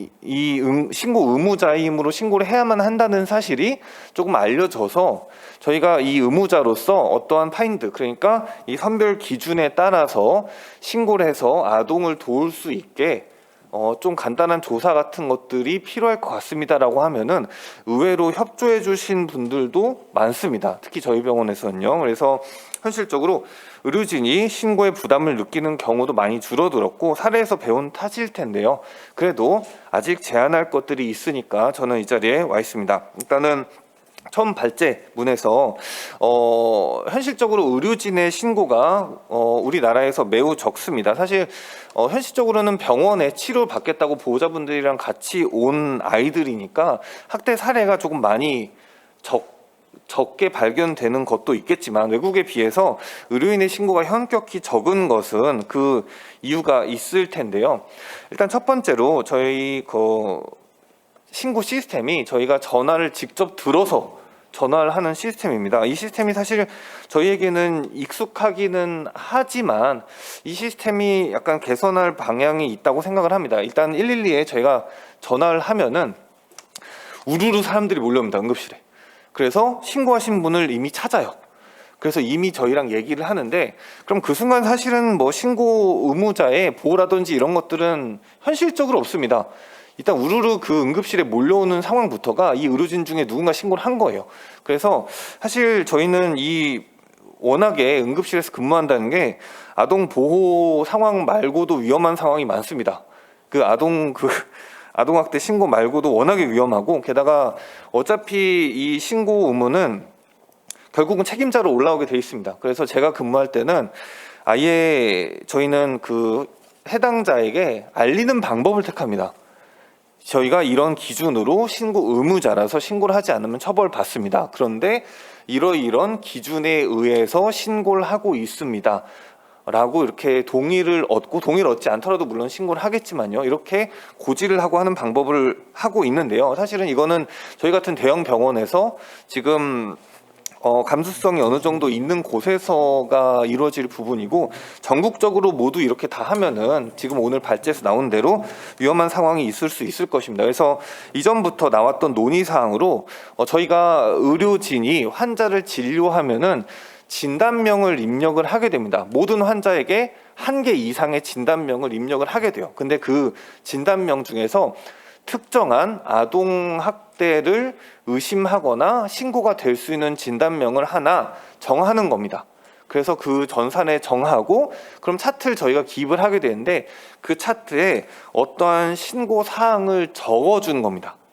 그래서 전산에 들어가면 이것들이 자동으로 즉시 신고가 되어서 이렇게 조사가 이루어지게 하는 이런 방안이 이전부터 나왔지만 전혀 되지 않고 있고, 이 시스템 자체, 신고를 이 누적하는 전산으로 표기하게 되는 시스템 자체는 10년 전부터 있었지만 즉시 신고가 되는 사항이 아니라서, 그리고 모두가 신고하는 게 아니라서 아예 유명무실합니다. 그래서 전산으로 이렇게 말을 섞지 않고 신고를 하게 되면 적어도 신고를 했을 때 이 경찰분들과 이 보호단체분들이 전화 의료진에게 우르르 몰려있는 일 자체가 없습니다. 알고 있으니까요, 신고 내용을. 그래서 즉시 신고를 하게 되고, 그러면은 전국적으로 의료인들의 신고 자체가 조금 더 보장이 되고 나아지는 방법이 있을 겁니다. 게다가 더 중요한 거는 저희 의사들은 공부를 하고 통계를 내는 존재들인데, 이 아동학대 사례를 정확히 의료진이 하루에 몇 건, 1년에 몇 건 신고했고 이것들이 어떻게 처리가 되었는지 그 진단명으로 검색을 해서 통계를 낼 수가 있습니다. 이것들이 대단히 큰 장점일 것이고 또 신고자 보호에도 효과가 있을 것입니다. 네. 그리고 두 번째로는 저희 의료진들에게 아동학대 피드백이 전혀 없습니다. 전혀. 그러니까 저희는 방금 말씀하신 대로 공부를 하고 사례를 공유하는 이런 학자들의 집단인데, 저희에게 아동학대를 신고했을 때 이 결과를 전혀 알려주지 않아요. 그래서 제가 이 아동학대 결과를 알 수 있는 거는 누가 보복하러 올 때 아니면은 언론에 떴을 때입니다. 아니면은 저희가 정식으로 제가 그 조사까지 협조하고 전부 그 문서도 다 썼지만 저희에게 이 케이스가 어떻게 처리되었는지 알려주는 어떤 주체가 전혀 없습니다. 그래서 아동학대가 사실은 정말 명백한 아동학대도 있지만 애매한 경우도 많아요. 이런 것들이 이게 정서학대가 아닌가 방임학대가 아닌가 해서 긴가민가 하면서 신고하는 경우가 있는데, 이 긴가민가가 진짜로 아동학대였는지 어떤 사연이 있었는지 등등을 우리에게 알려주는 시스템이 전혀 없습니다. 그래서 저희는 현실적으로 신고를 한 다음에 그냥 집에 가서 기다리는 겁니다. 그러면은 그 건이 어떻게 처리됐는지 나중에 전화를 해서 물어보지 않는 이상 알 수가 없어요. 그래서 저희가 이런 사례의 결과들을 모르기 때문에 저희끼리 내부에서 이 사례들을 공유하고 신고를 더 해야겠다라고 학생들을 가르치거나 혹은 저희 전공의들을 가르치거나 등등에도 불가능합니다. 모르니까요. 그래서 이 사례 공유를 할 수 있게 저에게 이 일정 진단명을 넣어서 그 결과들과 이 사례들을 전부 공유해 주면은 저희끼리 연구를 하거나 공부를 컨퍼런스를 할 때도 좀 더 유용하게 사용할 수 있을 것입니다. 그리고 세 번째로는 저희가 아동학대 사례 신고가 되면은 사례를 판단해서 분리를 하는 시스템을 지금 만들고 있죠. 그 가해자, 그러니까 그 가끔은 대체로는 보호자죠. 이 보호자를 분리시키는 경우가 있는데 아이가 학대 등의 여러 가지 사유로 인해서 건강을 잃고 치료가 필요한 경우가 있습니다. 치료가 필요한 경우. 근데 사실은 이 아이를 치료할 때 가장 중요한 게 치료비랑 보호자예요. 이 보호자가 옆에서 있으면 보호자가 설명을 듣고 어떤 것에 동의도 해주고 그다음에 치료 의지가 있어야지 아이가 나을 수가 있는데, 이 보호자가 가해자일 경우 우리가 어쨌든 신고를 하긴 해야 되는 의무자이지만 이게 신고할 경우에 이 양육자가 사라지니까 의료진에게 부담이기도 하고 또 이 치료자와 계속 컨택을 해야 하는데 이 관계가 저희가 신고했음이 분명하잖아요. 이 입원해 있는 상태니까. 이런 데서 이 의사 보호자 관계가 붕괴될 수가 있으니까 이런 것들이 또 아동학대 신고를 주저하게 되는 아주 결정적인 이유입니다. 게다가 실제로 용기를 내서 신고를 했어요.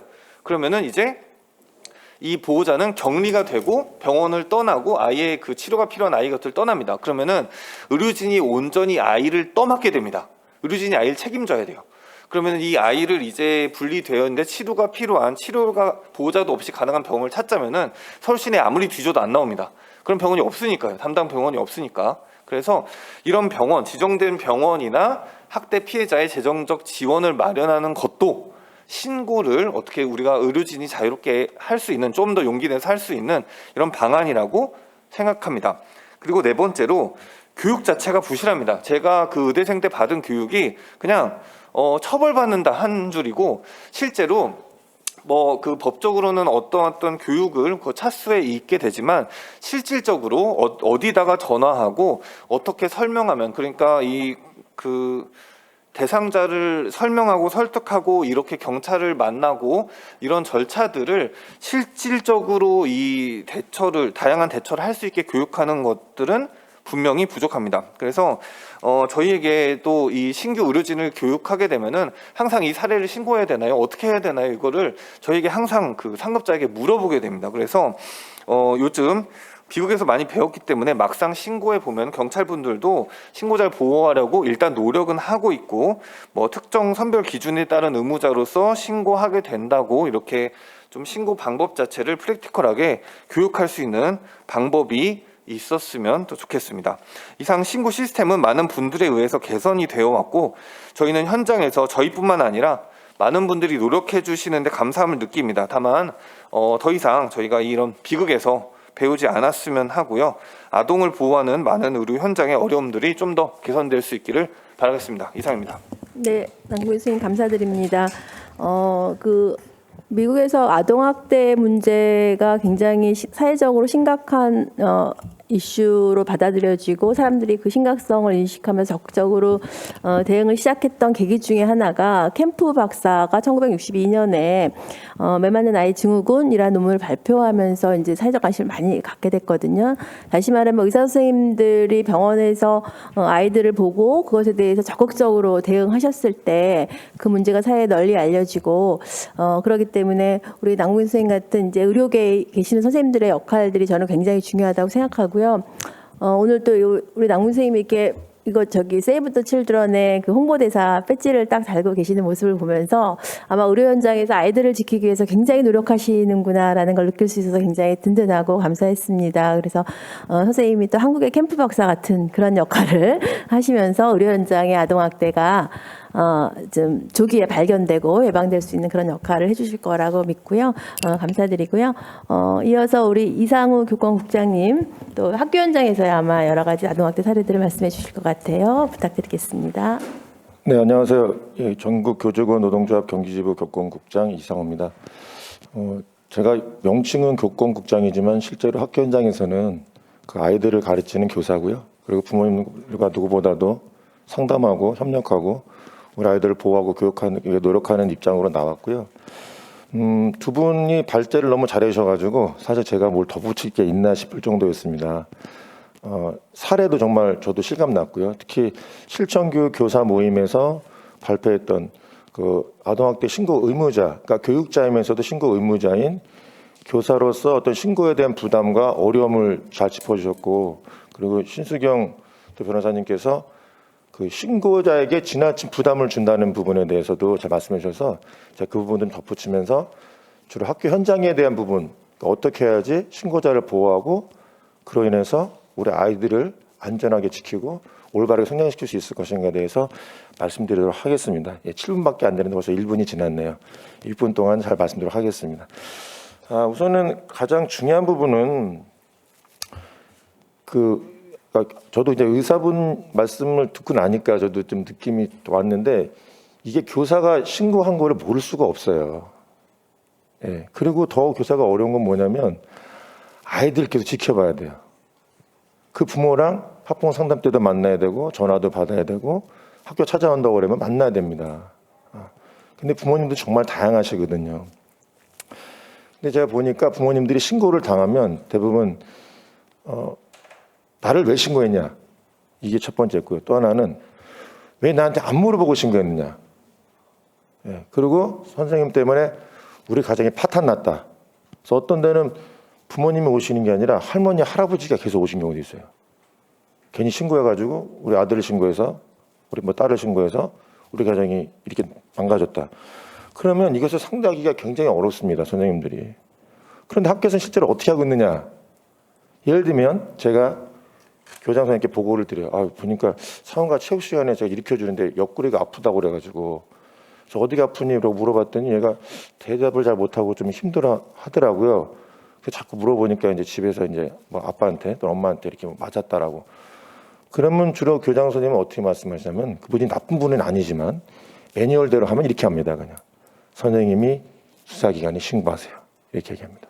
물론 교육부 매뉴얼에 따르면 학교 기관이나 기관장 명의로 신고라고 하지만 주로 아마 경찰분들도 경찰만 오셨으면 좋았을 것 같긴 한데 불편하시긴 했겠죠. 주로 그걸 구체적으로 신고자 이름을 자꾸 물어보게 되거든요. 물론 또 제가 잘 찾아보면은 익명으로 신고할 수도 있고 뭐 다 가능한데 그게 쉽지 않다는 거예요. 저는 그래서 그러니까 변호사님께 말씀하신 대로 그 비실명 대리 신고 말씀하셨거든요. 그러니까 원래 112로 문자로 신고할 수도 있지만 제가 보기에는 그거를 최초 인지한 선생님께 부담을 줄 것이 아니라 학교의 위기관리위원회라고 있습니다. 주로 이제 학생이 자살 위험이라든지 또는 이제 학대라든지 어려움 겪으면은 그것을 위해서 위기관리위원회 뭐 상담 선생님이라든지 그리고 보건 선생님 그리고 뭐 인성부장 뭐 교장 교감 선생님 같이 모여서 회의를 하거든요. 그럼 거기서 어느 정도 방향이 나옵니다. 물론 신고는 해야 되고요. 그러면 관리자분께서 그 담임 선생님이 모르게 담임 선생님에서 의견만 얘기하고 또 서면으로 얘기하고 신고는 교장 선생님이 하시거나 교사님이 지명한 누군가 그러니까 절대로 최초 인지한 선생님은 모르게 하는 거죠. 만약에 야간에 선생님 저 죽을 것 같아요. 부모님 엄마가 너 어떻게 해요? 뭐 큰일 났어요. 뭐 그러면 바로 본인이 신고하고 보고하는 게 맞죠. 선조치 후 보고하는 게 맞죠. 그렇죠. 먼저 신고를 하고 보고하는 게 맞지만 그런 게 아니면 선생님들한테 부담을 주는 거는 저는 좀 문제가 있다고 생각합니다. 특히 초등 같은 경우는 대부분 그 한 70~80%는 여자 선생님이에요. 교실에 혼자 있습니다. 초등 같은 경우. 제가 그 신고한 선생님이 얼마나 불안에 떠는지를 제가 몇 번 전화를 받았어요. 교권국장으로서. 그러니까 고민 끝에 그래도 아이를 보호하기 위해서 신고를 했는데 아버지가 내일 학교 갈 테니까 가만 안 두겠다 이런 식으로. 예? 도대체 왜 신고하냐 버럭버럭 소리 지르는 거예요. 그러면 교장 교사님이 할 수 있는 게 많지가 않아요. 누가 계속 거기 지켜 있는 것도 아니고 선생님 내일 학교 하루 쉬십시오 이런 것도 아니고 쉰다고 해서 그 다음 날 또 안 오는 게 아니고 물론 이제 최근에는 그나마 관리자분들이 같이 상담해 주시면서 같이 앉아서 하기도 하는데 저라면 그렇게 할 것 같아요. 배움토지 김민님한테 교문을 어떤 남자분이 오게 되면은 그걸 바로 연결을 해줘가지고 자연스럽게 이렇게 만날 수 있도록 제가 이제 하라고 보통 부탁을 드리려고 하는데요. 근데 문제는 대부분은 선생님이 신고하고 나서 그냥 무방비로 상태로 그냥 노출돼 있다. 그렇다면 어떻게 하라는 것이 교육청 매뉴얼도 안 나와 있어요. 근데 안타까운 건 뭐냐면 교육청 매뉴얼에서 교사도 아동학대 신고를 당할 수가 있잖아요. 그런데 아마 세이브 칠드런 그에서도 아시겠지만 교사가 아동학대를 할 수도 있어요. 그리고 그러면 처벌받는 게 맞습니다. 그런데 너무나 많은 숫자가 절대 다수가 오인 신고예요. 오인 신고나 악의적인 신고예요. 우리 아이를 좀 차별했다, 아니면 뭐 학교폭력 당했다, 아니면은 학부모를 아동학대를 했다는 신고했다. 이런 걸로 해가지고 끊임없이 민원을 제기하고 선생님은 역으로 아동학대를 신고해요. 근데 그렇게 되면 신기한 것은 교육청과 학교에서 선생님을 즉시 분류하는 사례가 굉장히 많습니다. 법적인 근거가 없음에도 연가나 병가 또는 뭐 담임 교체 등으로. 근데 학교는 조사할까요? 매뉴얼상에 또 조사라는 내용은 안 나와요 또. 그럼 아예 조사도 안 합니다. 그럼 선생님은 무죄추정의 원칙이 어긋나고 아이들에게 불이익이 있고 불편함을 끼칠 수 있음에도 불구하고 선생님 배제가 되는 거예요. 그러다 보니까 선생님들한테는 이 아동학대 신고라고 하는 것이 참 필요하기도 하지만 남발될 수도 있다는 점, 그리고 나한테도 불이익이 있을 수가 있고, 그리고 아까 의사님께서 말씀하신 것처럼 애가 어떻게 잘 되고 있는지를 알 수가 없어요. 대부분 다 비밀 유지 위반, 그 준수라는 말로 다 그냥 대동단결돼서 오히려 협력적인 부분이 부족하다는 생각이 듭니다. 제사를 하나 말씀드리고 싶은데요. 제가 한 7, 8년 전에 그 당시에는 이제 신고 의무만 강조했었고, 뭐 신고자 보호에도 잘 안 됐을 때였는데, 그 계모분이 이제 뭐 아이를 좀 거짓말 많이 한다고 심하게 때렸어요. 7분이 됐다고 하네요. 네. 그런데 문제는 이거에 대해서 교장 선생님은 빨리 신고하자고 하는 거고, 저는 아이랑 상담해 보니까 애가 저한테도 얘기했어요. 저한테 얘기했어요. 담임 선생님한테 말 안 하고 상담 선생님 말 안 하고 저한테 말을 하더라고요. 그래서 고맙기도 했지만 저도 굉장히 부담이 되더라고요. 근데 제가 신고하는 순간 이 가정은 제가 보기엔 풍마선 날 것 같더라고요. 그래서 그 당시는 이제 지금은 이제 아동학대 전담 공무원께서 하시지만 그 당시는 아보전 아동보호 전문기관에서 교장 선생님은 신고를 하고 저는 또 부모님 면담을 해서 자리를 마련해 가지고 그래도 참 아름답게 부모님도 학교를 원망하지 않고 또 나중에 또 그 교육기관에서 부모 코칭도 받고 상담받으면서 회복된 사례가 있었어요. 근데 지금은 이제 너무 신고가 의무가 강화되다 보니까 개별적으로 하다 보니까 오히려 협력은 안 되고 신고자 보호도 안 되고, 그러니까 법적으로는 변호사님 말씀하신 것처럼 뭐 중대범죄 피해 보호법, 공익신고 보호법이 있긴 하지만 그것을 학교에서 작동하는 거는 너무 안 돼 있고, 정작 선생님을 더 보호하고 신고를 진작시켜야 할 교육부와 교육청에서는 선생님을 신고당했던 이유만으로 배제는 잘하고 법은 이렇게 돼 있으니까 보호될 것이라고 추상적으로 말하기 때문에 선생님들한테 그 부분이 와닿지 않는 것 같습니다. 그리고 저는 공교 교사잖아요. 근데 제가 주변에 들어보니까 상담사님들, 어린이집, 유치원 선생님들은요 정말 어려움을 많이 겪는다고 하더라고요. 특히 사립 같은 경우는 부모가 나를 신고했어 하면서 막 난리를 치거나 또는 뭐 그럼도 억울할 수 있겠지만 또는 선생님을 비난하고 명예훼손으로 고소하고 그러면은 그거를 근거로 해가지고 또 선생님을 배제할 수가 있습니다. 저는 그래서요 제가 드린 원고는 주로 이제 학교 현장에서 그 선생님들이 아동학대를 신고할 때 어떤 어려움이 있고 어떻게 개별적으로 대응할 수 있는지 말씀드렸는데요. 제가 끝부분에는 다시 말씀드리지만 선생님 개인에게 신고 의무 자체를 너무 중요하지만 적어도 그 개인에게 모든 책임을 떠나게 하지 말고 변호사님 말씀하신 것처럼 비실명 대리 신고라는 게 맞다고 보고요.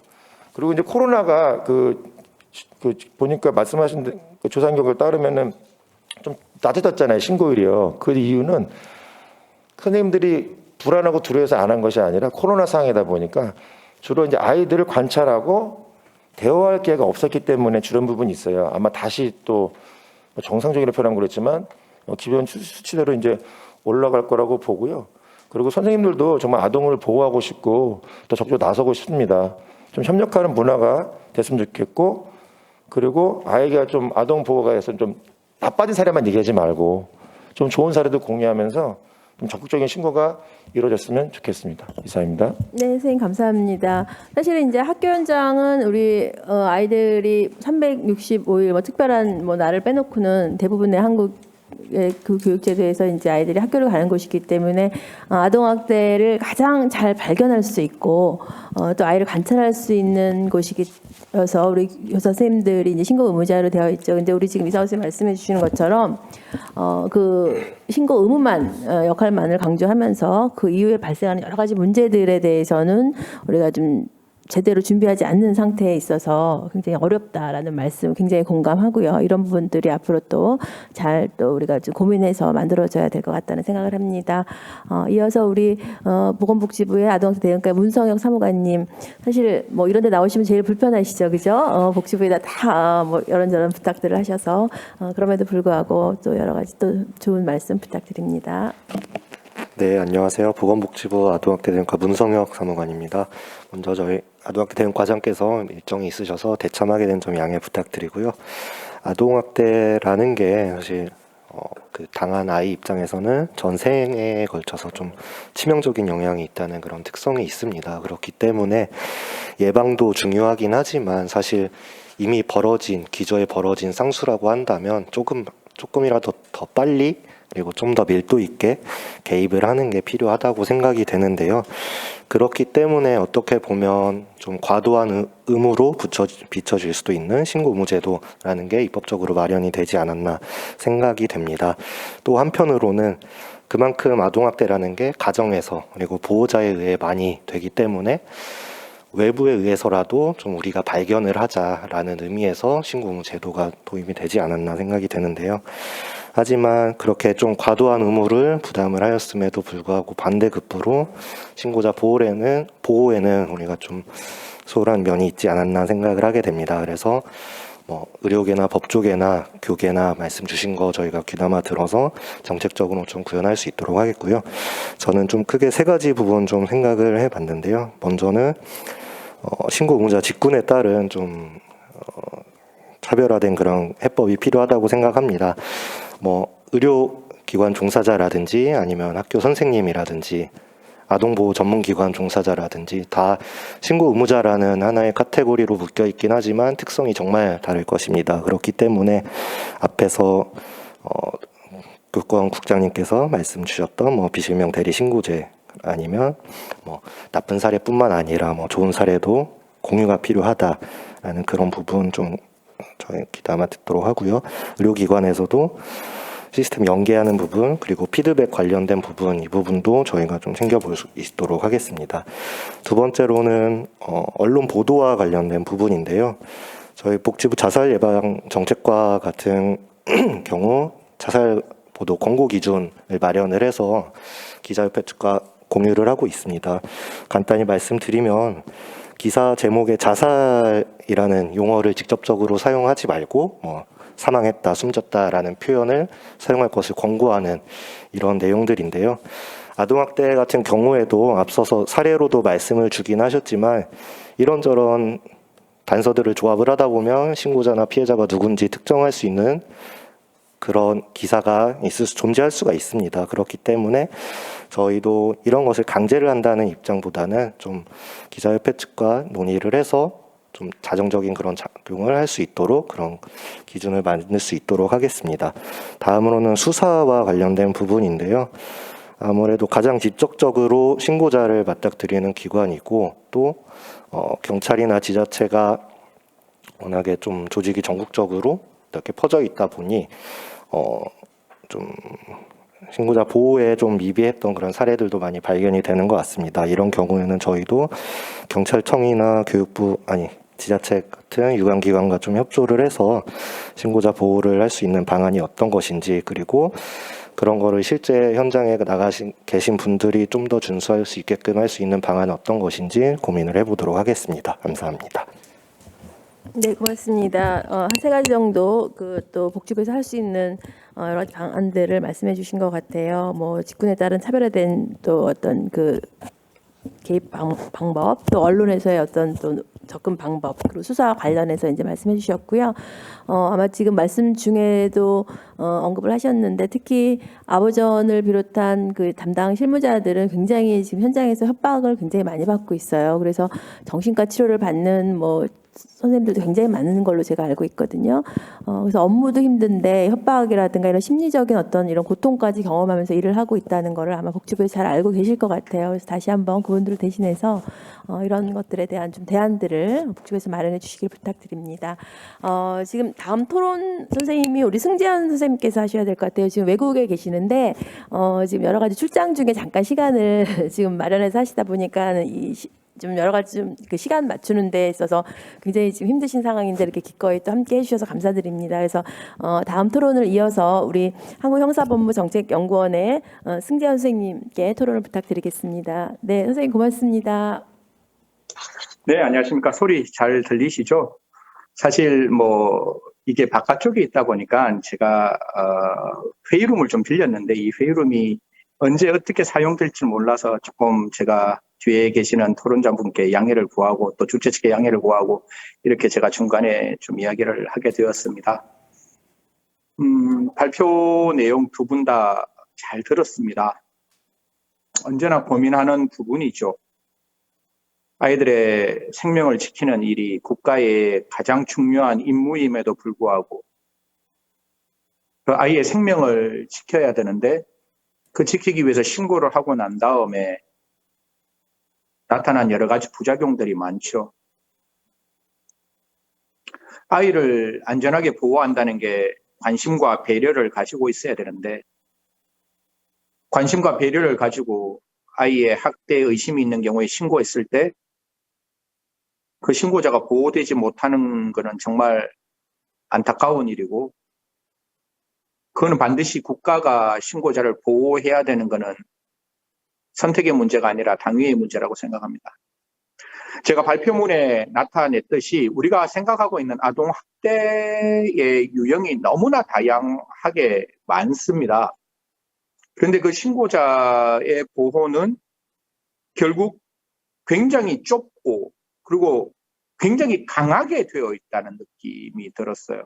이게 무슨 말인가 하면 만약에 신고의 범위가 굉장히 넓다면 그 신고자 보호도 굉장히 폭넓게 해줘야 된다는 거죠. 특정 범죄, 가중처벌 등에 관한 법률 중에 특정 범죄를 신고했을 때 그 신고자를 보호하는 것은 그 신고자에게 직접적인 생명에 위험이 끼쳐질 수 있는 상황이기 때문에 그 신고자를 굉장히 깊고 좁게 충분하게 보호하고 있는데 지금 우리가 가지고 있는 아동학대라는 것은 저도 아동학대를 신고할 수 있는 부분이거든요. 그런데 그 아동학대 범죄가 굉장히 넓다면 그 신고자도 굉장히 폭넓게 보호를 해줘야 됨에도 불구하고 그 범위가 굉장히 좁다는 게 저는 오히려 더 큰 문제라고 생각합니다. 제가 권익위원회에 이제 5대 법률이 있는데 그 5대 법률 중에 공익신고자 보호법에 대해서 제가 전반적으로 한번 살펴봤던 기억이 있습니다. 제가 발표문에, 저 토론문에도 담겨 있지만 공익신고자 보호라는 것은 굉장히 폭넓게 되어 있는 거예요. 그러니까 처음부터 끝까지 이 공익신고자를 위한 공익신고자에 의한 공익신고자의 보호로 되어 있는데 지금 우리 시스템은 그렇게 되어 있지 않다는 점이 저는 굉장히 아쉽다라고 생각합니다. 그래서 입법적인 방법 먼저 한번 말씀드리겠습니다. 입법적으로는 적어도 공익신고자 보호법에서 나와 있는 내용은 아동학대 신고자에게는 다 적용되어야 한다는 게 첫 번째, 제가 주장하는 첫 번째 주장입니다. 이게 보호되지 않고서는 절대로 신고자 보호가 될 수가 없는 거예요. 지금 우리 의사 선생님도 말씀 많이 주시고 발표자분도 많이 말씀 주시고 저도 어떤 느낌인가 하면 저도 이쪽 영역에서 정말 천착하고 아이의 생명 하나 구하는 게 제 인생의 목적이라고 생각하는 저도 정말 아동학대가 딱 발생하면 정말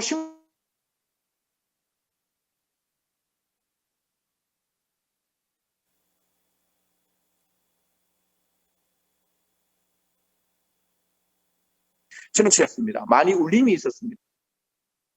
그렇기 때문에 제가 말씀드리는 것은 적어도 아동학대를 신고하는 분들을 보호하는 것은 공익신고자 보호보다 훨씬 더 넓고 그냥 폭넓게 보호해야 된다는 게 제가 가지고 있는 생각 중에 하나입니다.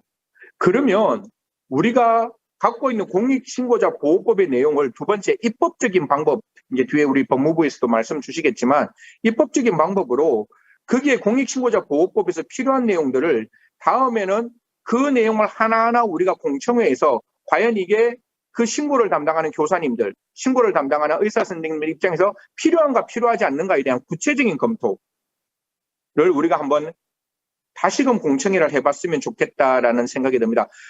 저희들 공익신고자 보호법 내용 전체적으로 한번 스크리닝을 못 해봤잖아요. 그걸 하나하나 떠들어 보면 정말 신고자에게 필요한 내용들이 존재를 하는 거거든요. 그래서 그렇게 좀 이렇게 들여다봤으면 좋겠다라는 말씀을 드리고, 이게 아동학대라는 게 우리가 생각하고 있는 직접적인, 다들 우리는 다 알고 있잖아요. 근데 이걸 지금 나중에 세이브 더 칠드런에서 유튜브에 올렸을 때 아직도 아동학대라는 게 물리적 피지컬한 이렇게 때림 정도만 학대라고 생각하는데, 그 학대가 아니라 제가 봤을 때는 정신적 학대, 유기방임도 학대라면 그거는 사실 신고를 할 때 굉장히 추상적으로 신고를 할 수밖에 없는 부분이기 때문에 이런 부분에 있어서의 공익신고자는 정말 제대로 좀 보호해야 되지 않을까.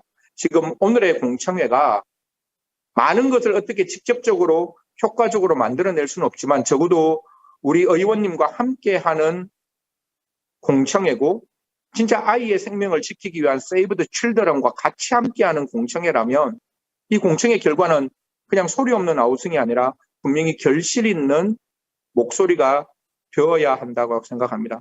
그래서 신고자가 마음 놓고 적극적으로 신고하고 난 다음에도 절대로 자기의 삶의 모멘텀이 떨어지지 않고 그 삶 속에서 신고로 두려워하지 않을 세상, 그런 세상을 만들어가는 것이 제가 봤을 때 아동학대를 건절할 수 있고 아동학대를 예방할 수 있는 가장 좋은 방법이라고 생각합니다.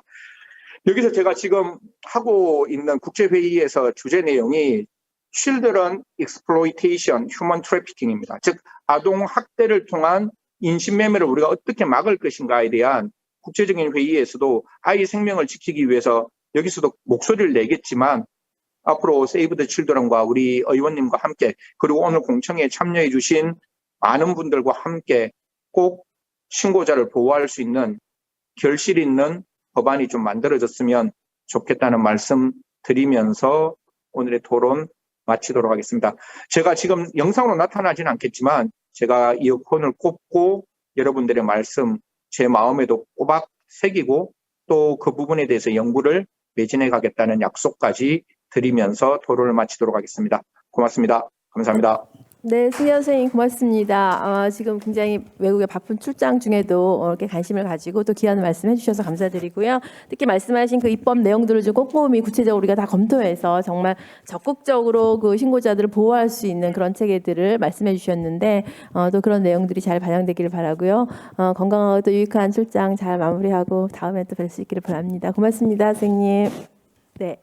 이렇게 해서 우리가 또 굉장히 글로벌한 토론회이네요. 오늘 토론회가 네, 뭐 또 세계 다른 나라와 또 줌으로 연결해서도 하고요. 자, 마지막 토론입니다. 우리 법무부의 서혜선 검사님께 토론을 부탁드립니다. 네, 서혜선 검사입니다. 오늘 발표해 주신 분이랑 토론해 주신 분들 말씀 너무 잘 들었습니다. 저희가 이거 꼭 반영해서 저희 정책에 좀 반영할 수 있도록 하겠습니다. 저는 또 법무부에서 근무하기도 하지만 또 검사이기도 해서 또 수사기관의 입장을 조금 전달을 해드리자면, 이제 뭐 저도 비실명 대리신고 이런 것이 필요하다는 점에 적극 공감하고 있습니다. 다만 이제 또 한편으로 보면, 예를 들면은 어떤 아동학대 사건이 발생을 하고 저희가 그걸 수사를 해서 재판으로까지 이어진다고 했을 때 또 하나 중요한 것은 아동의 보호, 그리고 진정한 이제 그 죄질에 맞는 처벌을 위해서는 사실은 저희는 굉장히 좀 수사기관으로서는 깊고 광범위한 증거를 수집할 필요도 있게 되는 거거든요. 예를 들면은 뭐 학교에서 신고를 하셨으면은 선생님께서는 이제 완전한 비실명을 요청을 하시겠지만, 수사기관 입장에선 이 아이가 그러면은 그동안의 아동학대 때문에 학교 생활에서는 어떤 어려움을 겪었는지나 그 전에 어떤 거를 보셨기 때문에 이 아이가 아동학대라고 판단하고 신고를 하셨는지, 그런 모습 같은 것도 좀 저희가 충분히 수집을 하여야 또 이 가해자에 대한 뭐 좀 중한 아동학대라면 처벌이 충분히 이루어지는 그런 면도 있습니다. 의사 선생님도 마찬가지로 뭐 저희가 뭐 진단명과 이제 뭐 아예 지금 그냥 상황을 서류로만 사실 받는 거랑 또 비의료인으로서 이게 어떤 의미를 갖는지를 충분히 저희가 이렇게 진술로 듣는 거는 좀 다른 차원의 문제라서요. 그래서 저희 어떤 면에서 이제 양자가 서로의 입장을 좀 많이 이렇게 이해를 하고 설명을 드리고 하면서 좀 접점을 찾아가는 부분도 필요하다고 생각을 합니다. 다만 이제 저도 이런 데서 이렇게 계속 얘기를 들어보면 제가 수사기관으로서 놓쳤던 부분, 예를 들면 이렇게 신고자에 대해서 굉장히 세심한 배려를 했어야 되는데 저희는 이제 그 증거 수집하는 거에 좀 많이 집중을 하고 하기 때문에 거기서 많이 놓칠 수 있구나 이런 걸 여기서도 많이 배워가고 있습니다. 그래서 예를 들면은 뭐 지금 와서 진술을 계속 반복하셔야 되는 문제 이런 것들은 사실 많이 고쳐야 되는데 하다못해서 찾아가는 식으로 수사의 방향을 바꾼다거나 여러 가지 유선상의 그런 것도 가능하기 때문에 좀 이런 전제 자체를 수사기관에서도 좀 전제 자체를 저희 수사기관 중심이 아니라 진술자 중심으로 좀 변화하는 것도 필요하다고 생각합니다. 그래서 이거는 제가 좀 수사를 했던 입장에서 이제 좀 많이 이번에 느꼈던 점을 말씀을 드리는 거고요. 저희가 그래서 이런 부분에서 이제 저희 수사관이나 검사나 경찰이나 아동학대 관련해서 교육을 저희가 실시를 하고 있는데요. 실시를 하면서 사실 이런 신고자 보호를 좀 하셔라 이런 부분을 하기는 하고 있습니다. 이런 게 현장에서 계속 이런 얘기가 나오고 있으니까 굉장히 좀 주의하셔야 된다라는 교육은 하고 있는데 이번에 제가 이 토론회에 와보니까 강미정 선생님께서 준비하셨던 이런 PPT 자료를 사실은 1시간짜리로 이것만 가지고도 교육을 할 수 있겠구나라는 좀 깨달음을 얻었거든요. 다른 전반적인 교육을 하면서 잠깐 스쳐가는 수준의 교육이 아니라 지금 현황이 이렇다. 그리고 현장에서는 이렇게 목소리가 있다라는 거를 조금 더 집중해서 교육을 할 필요가 있다라고 제가 느꼈습니다. 그래서 저희가 향후에 이제 저희 여러 기관, 아동학대 대응 기관 교육을 할 때 이 부분을 좀 더 강조하는 교육을 실시를 하도록 하겠습니다.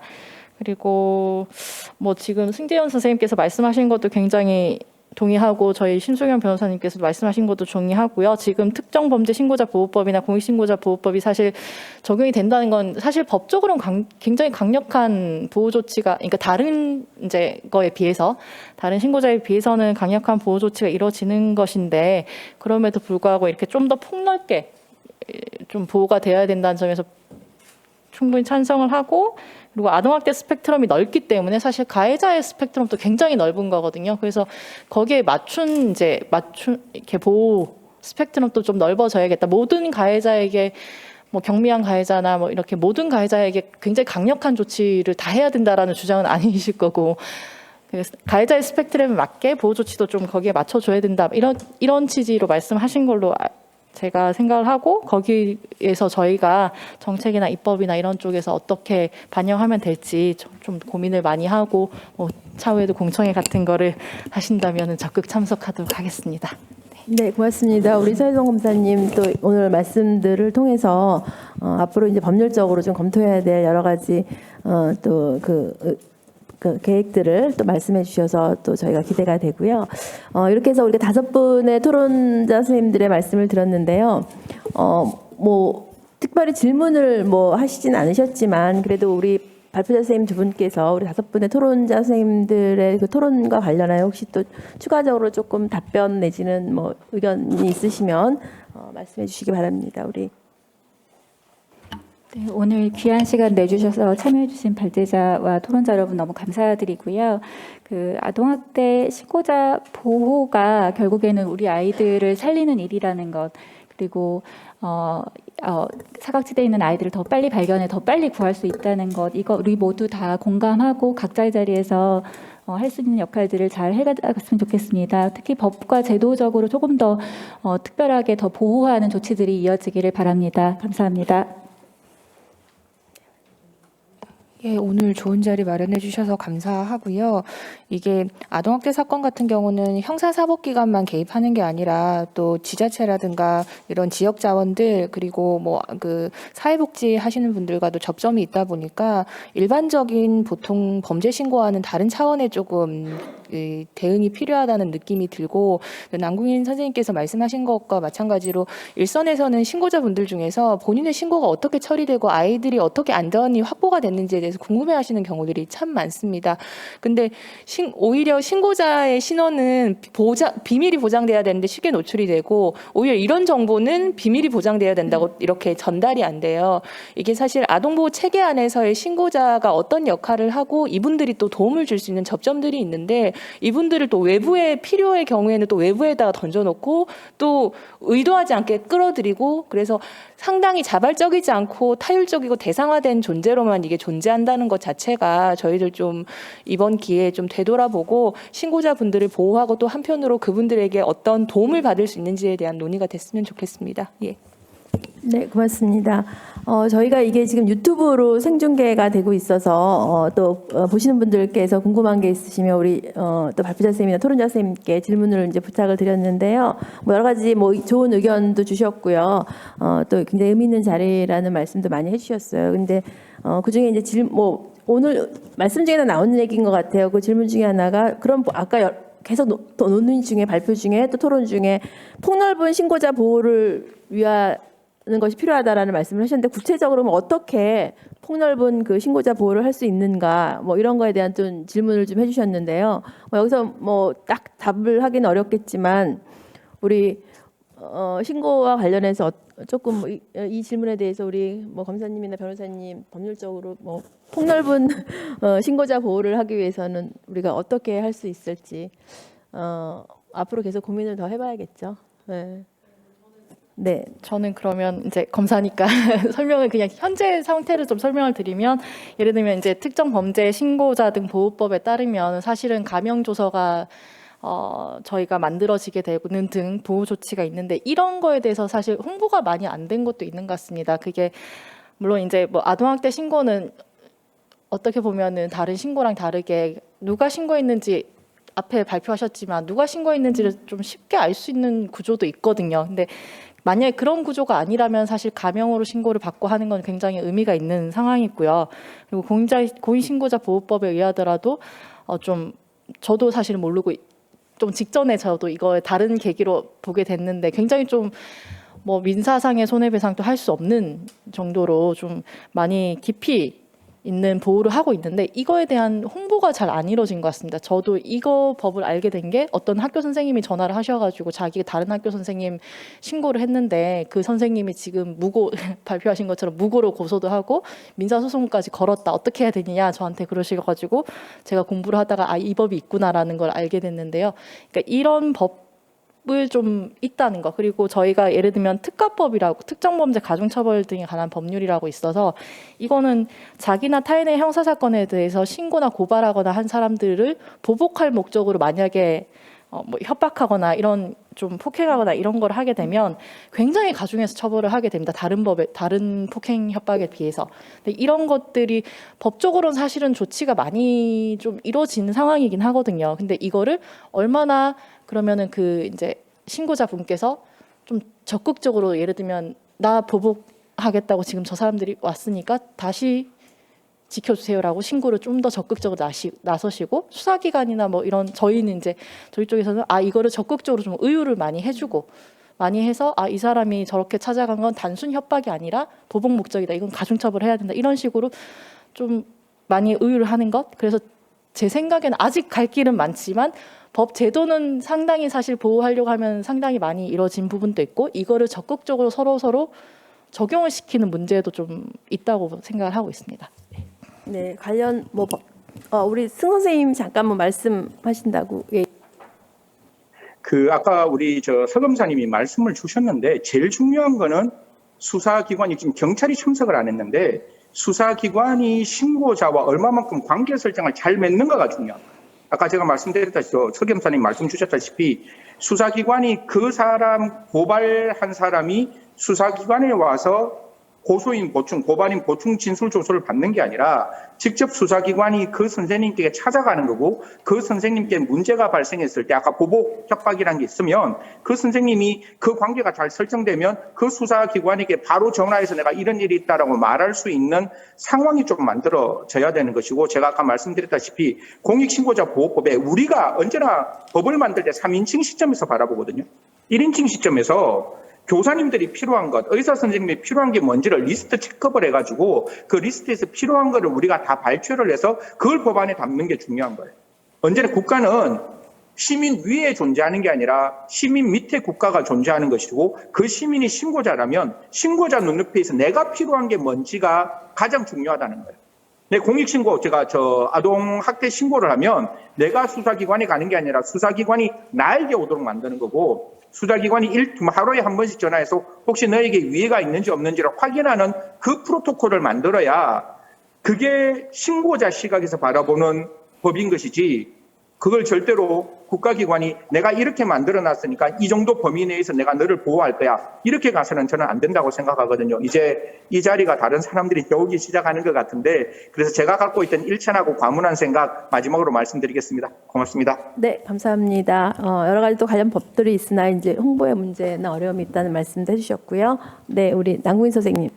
네, 저도 홍보 얘기가 나왔으니까 한마디만 하자면요. 저도 의료인이 법에 좀 잘 낯선데 모든 신고 의무자들이 다 법에 낯설 것입니다. 저도 이 자리에 와서 저희가 인적사항 관련 특혜, 증거보전과 관련된 특혜, 접근금지 조항 등을 이용할 수 있다는 사실을 간신히 알 수 있었습니다. 사실 저희에게 법으로 가장 널리 알려진 건 처벌받는다 한 줄이지, 보호받을 수 있다는 것이 법에 명시되어 있다는 사실 자체가 모릅니다. 홍보되어 있지 않아요. 그래서 이것들을 홍보하기만 해도 저희가 실제로 이 보호 요청을 하지 않더라도 상당히 든든하게, 정말 이 의무 조항에서 한 줄만 더 추가하면 되잖아요. 의무가 있고 보호받을 수 있다. 이 홍보 자체가 저희한테 알려주시는 게 대단히 중요한 사항일 것 같습니다. 네, 이 법이라는 것이 참 우리한테 굉장히 멀게 느껴지고 또 두려운 것으로 느껴지다 보니까 이것에 대해서 우리가 잘 알지도 못하고 또 잘못 해석해서 또 오히려 여러 가지 어려움들이 있을 것 같기도 하다는 생각도 이제 오늘 토론을 하면서 느끼게 되고요. 질문, 우리 이제 그 유튜브로 질문해 주신 분이 이런 질문 하나 하셨어요. 내가 신고를 했는데 아동학대로 판정은 되지 않았는데 그래도 저 보호받을 수 있어요? 그러니까 실제 사례는 아닌데 의심 사례여서 했는데 아동학대가 아니었다. 그런 경우에도 충분히 보호가 되죠? 우리 변호사님 말씀. 이 법이랑 실무의 괴리라고 저는 생각을 하는데, 법상은 당연히 보호가 되는데 현실적으로 무슨 일이 발생을 하냐면, 형사사법기관에서 아동학대가 아니라고 사건이 종결이 돼버리고 나면 그 이후에 이런 보복이라든가 위협적인 상황이 되면 이 신고자분들이 어디에 연락을 해야 되는지가 곤란해져요. 그래서 뭐 본인과 기존에 연락했던 수사관한테 연락을 합니다. 근데 수사관이 우리는 사건이 종결됐기 때문에 형사사법기관에서는 더 이상 해줄 수 있는 게 없어요라고 얘기를 하면, 그럼 저는 따로 고소하세요, 따로 협박으로 고소를 하세요, 이런 식으로 나오는 경우들이 많아요.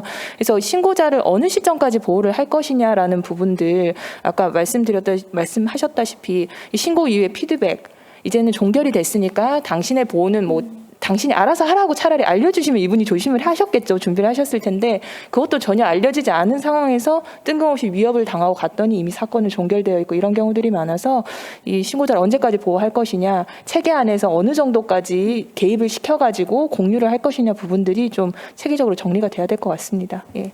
네, 사실은 이제 의심 사례를 우리가 신고하는 경우가 훨씬 더 많잖아요. 그 아동학대로 판정되는 사례보다 신고 건수에 비를 이렇게 분석해 보면, 그럴 때 지금 해주신 말씀 되게 우리가 앞으로 법 개정에서 굉장히 좀 적극적으로 담아내야 되는 부분인 것 같아요. 그래서 뭐 판정과 상관없이 이런 신고자에 대한 적극적인 보호를 우리가 좀 안전하게 해주면 좋겠다. 그래서 사실 법이라고 하는 것이 우리를 보호하기 위해서 만들어진 법이, 신고 의무자를 보호하기 위해서 만들어진 법이 오히려 법으로 인해서 신고 의무자가 불안과 고통을 경험하게 되는 거는 굉장히, 이거는 좀 이해할 수 없는 일이죠. 그래서 그런 부분에 좀 세밀한 좀 고민이 필요하겠다라는 말씀을 드리고요. 저희가 토론회가 12시까지 예정이 되어 있어서 마무리를 해야 될 것 같은데, 우리 마무리하기 전에 꼭 뭐 이 말씀 꼭 하셔야겠다는 선생님 계시면 우리 이성우 선생님 한 분 말씀 듣고 제가 마무리를 하도록 하겠습니다. 네, 사실 법이 적용되는 부분도 있지만 사실, 그러니까 저도 사실 오늘 처음 아는 부분도 있어가지고 사실 다시 여쭤봐야 될 것 같아요.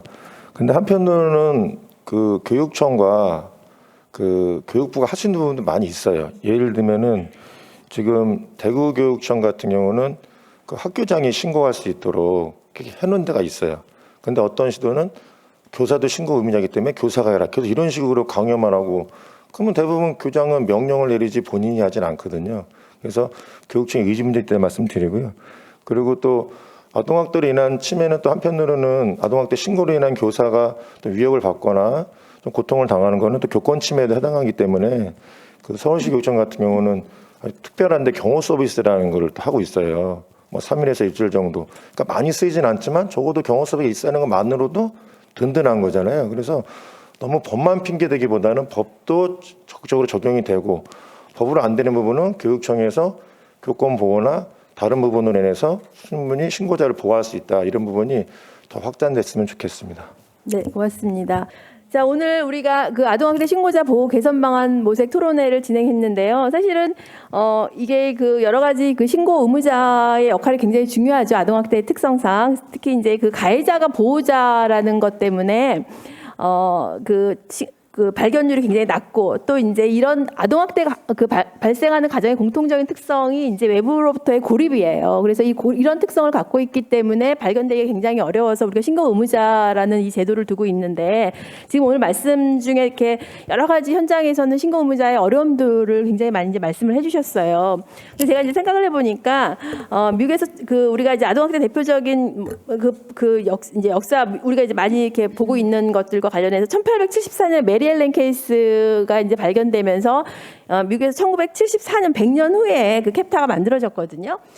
그거를 생각하면 우리가 지금 1999년에 신해 케이스 이후로 이제 2000년에 아동복지법 개정되면서 우리가 한 20년 정도밖에 역사를 갖고 있지 않고요. 또 이 신고 의무제와 관련해서는 2014년 특례법에서 이제 우리가 이제 규정을 하고 있죠. 그러다 보니까 뭐 미국에서 100년간에 걸쳐서 만들어진 그런 긴 역사를 우리가 한 15년, 20년에서 이제 이런 법을 만들다 보니까 그 사이에 여러 가지 이제 뭐 좀 부족한 부분도 있고 여러 가지 보완할 부분들이 많이 있는 것 같아요. 근데 저는 여기서 또 가능성을 봅니다. 우리가 짧은 기간이지만 그래도 이만큼 많이 이제 아동학대를 우리 사회적인 어떤 노력들이 만들어진 거에 대해서는 앞으로 더 큰 이제 가능성이 있다라고 보고요. 오늘 논의된 많은 또 말씀들이 앞으로 법 개정이라든가 신고 의무 자에 대한 적극적인 보호를 하기 위한 구체적인 방안으로 나올 거라고 생각하고요. 특히 이제 우리 신현영 의원님 비롯해서 이제 입법을 하시는 분들께서 또 이런 데 관심을 가지고 주관을 하시기 때문에 이것이 단순한 어떤 그 책상에서 논의하는 것이 아니라 정말 우리가 체감할 수 있는 그런 좋은 입법으로 또 만들어질 것을 또 부탁과 기대를 하면서 오늘 아동학대 신고자 보호 개선 방안 모색 토론회를 이것으로 모두 마치도록 하겠습니다. 함께해 주신 발표자 선생님들, 토론자 선생님들 그리고 유튜브에서 또 관심을 갖고 함께해 주신 모든 분들께 감사드리고요. 이것을 토론회를 마치고요. 마무리로 우리 신현영 의원님 또 이거 주관하셨는데 또 앞으로의 계획이나 의지를 말씀하시는 것으로 토론회를 마무리하도록 하겠습니다. 예, 정말 소중한 시간에 많은 의견 주셔서 정말 감사드립니다. 국회 토론회장은 여러 의견들을 다양하게 논의하고 또 최적의 그런 합리적인 대안을 마련하는 그런 또 토론회를 취지에 맞게 저희 다양한 목소리를 들었다고 생각을 합니다. 저희 후반기 보건복지위원회가 아직 법안 소위가 구성이 안 됐는데요. 조만간 1소위, 2소위 이렇게 구성이 될 것으로 8월 달에 예정이 되어 있고 지금 전반기 때 코로나로 인해서 그동안 해결하지 못했던 많은 산적한 아동학대 관련된 법안들을 이제 후반기 때는 조금 더 빠르게 속도를 내면서 제도 개선을 할 수 있는 효과적인 노력을 하도록 저도 최선의 그런 모습을 보이도록 하겠습니다. 늦게까지 자리해 주신 많은 패널들 그리고 이 제도 개선에 있어서의 저는 이 신고자들이 왜 신고의 의무가 있지만 신고를 적극적으로 할 수 없는가에 대한 현실을 현황 조사부터 하고 직업별로 어떤 부분이 애로점이고 그 개선안이 어떻게 되는지에 대해서 저는 정기적으로 모니터링하고 보건복지부에서 그런 부분에 대한 문제의식 진단과 분석을 해서 제대로 된 처방을 낼 수 있는 제도 개선이 이루어질 수 있도록 좀 더 적극적으로 소통을 하도록 하겠습니다. 함께해 주신 세이브 더 칠드런에게 감사드리면서요. 오늘 토론회 마치겠습니다. 감사합니다. 네, 열띤 토론 감사합니다. 오늘 토론회에서 뜻깊은 논의가 이루어질 수 있도록 애써주신 모든 참석자분들께 진심으로 감사드립니다. 오늘 토론회가 아동학대 신고자 보호를 위한 실질적인 제도 개선과 또 지원으로 이어질 수 있길 기대합니다. 신고자에 대한 보호는 아동을 보호하고 학대를 예방하는 데 있어서 가장 우선시 되어야 할 것입니다. 신고의 위축으로 아동학대를 외면하는 사회적 분위기는 결국 우리 아이들의 피해로 고스란히 남을 수밖에 없습니다. 하루라도 조속히 관련된 제도 개선이 꼭 이루어지길 진심으로 바라고요. 그럼 이것으로 아동학대 신고자 보호 개선 방안 모색 토론회를 모두 마치도록 하겠습니다. 끝까지 함께해 주신 모든 분들께 진심으로 감사드립니다. 감사합니다.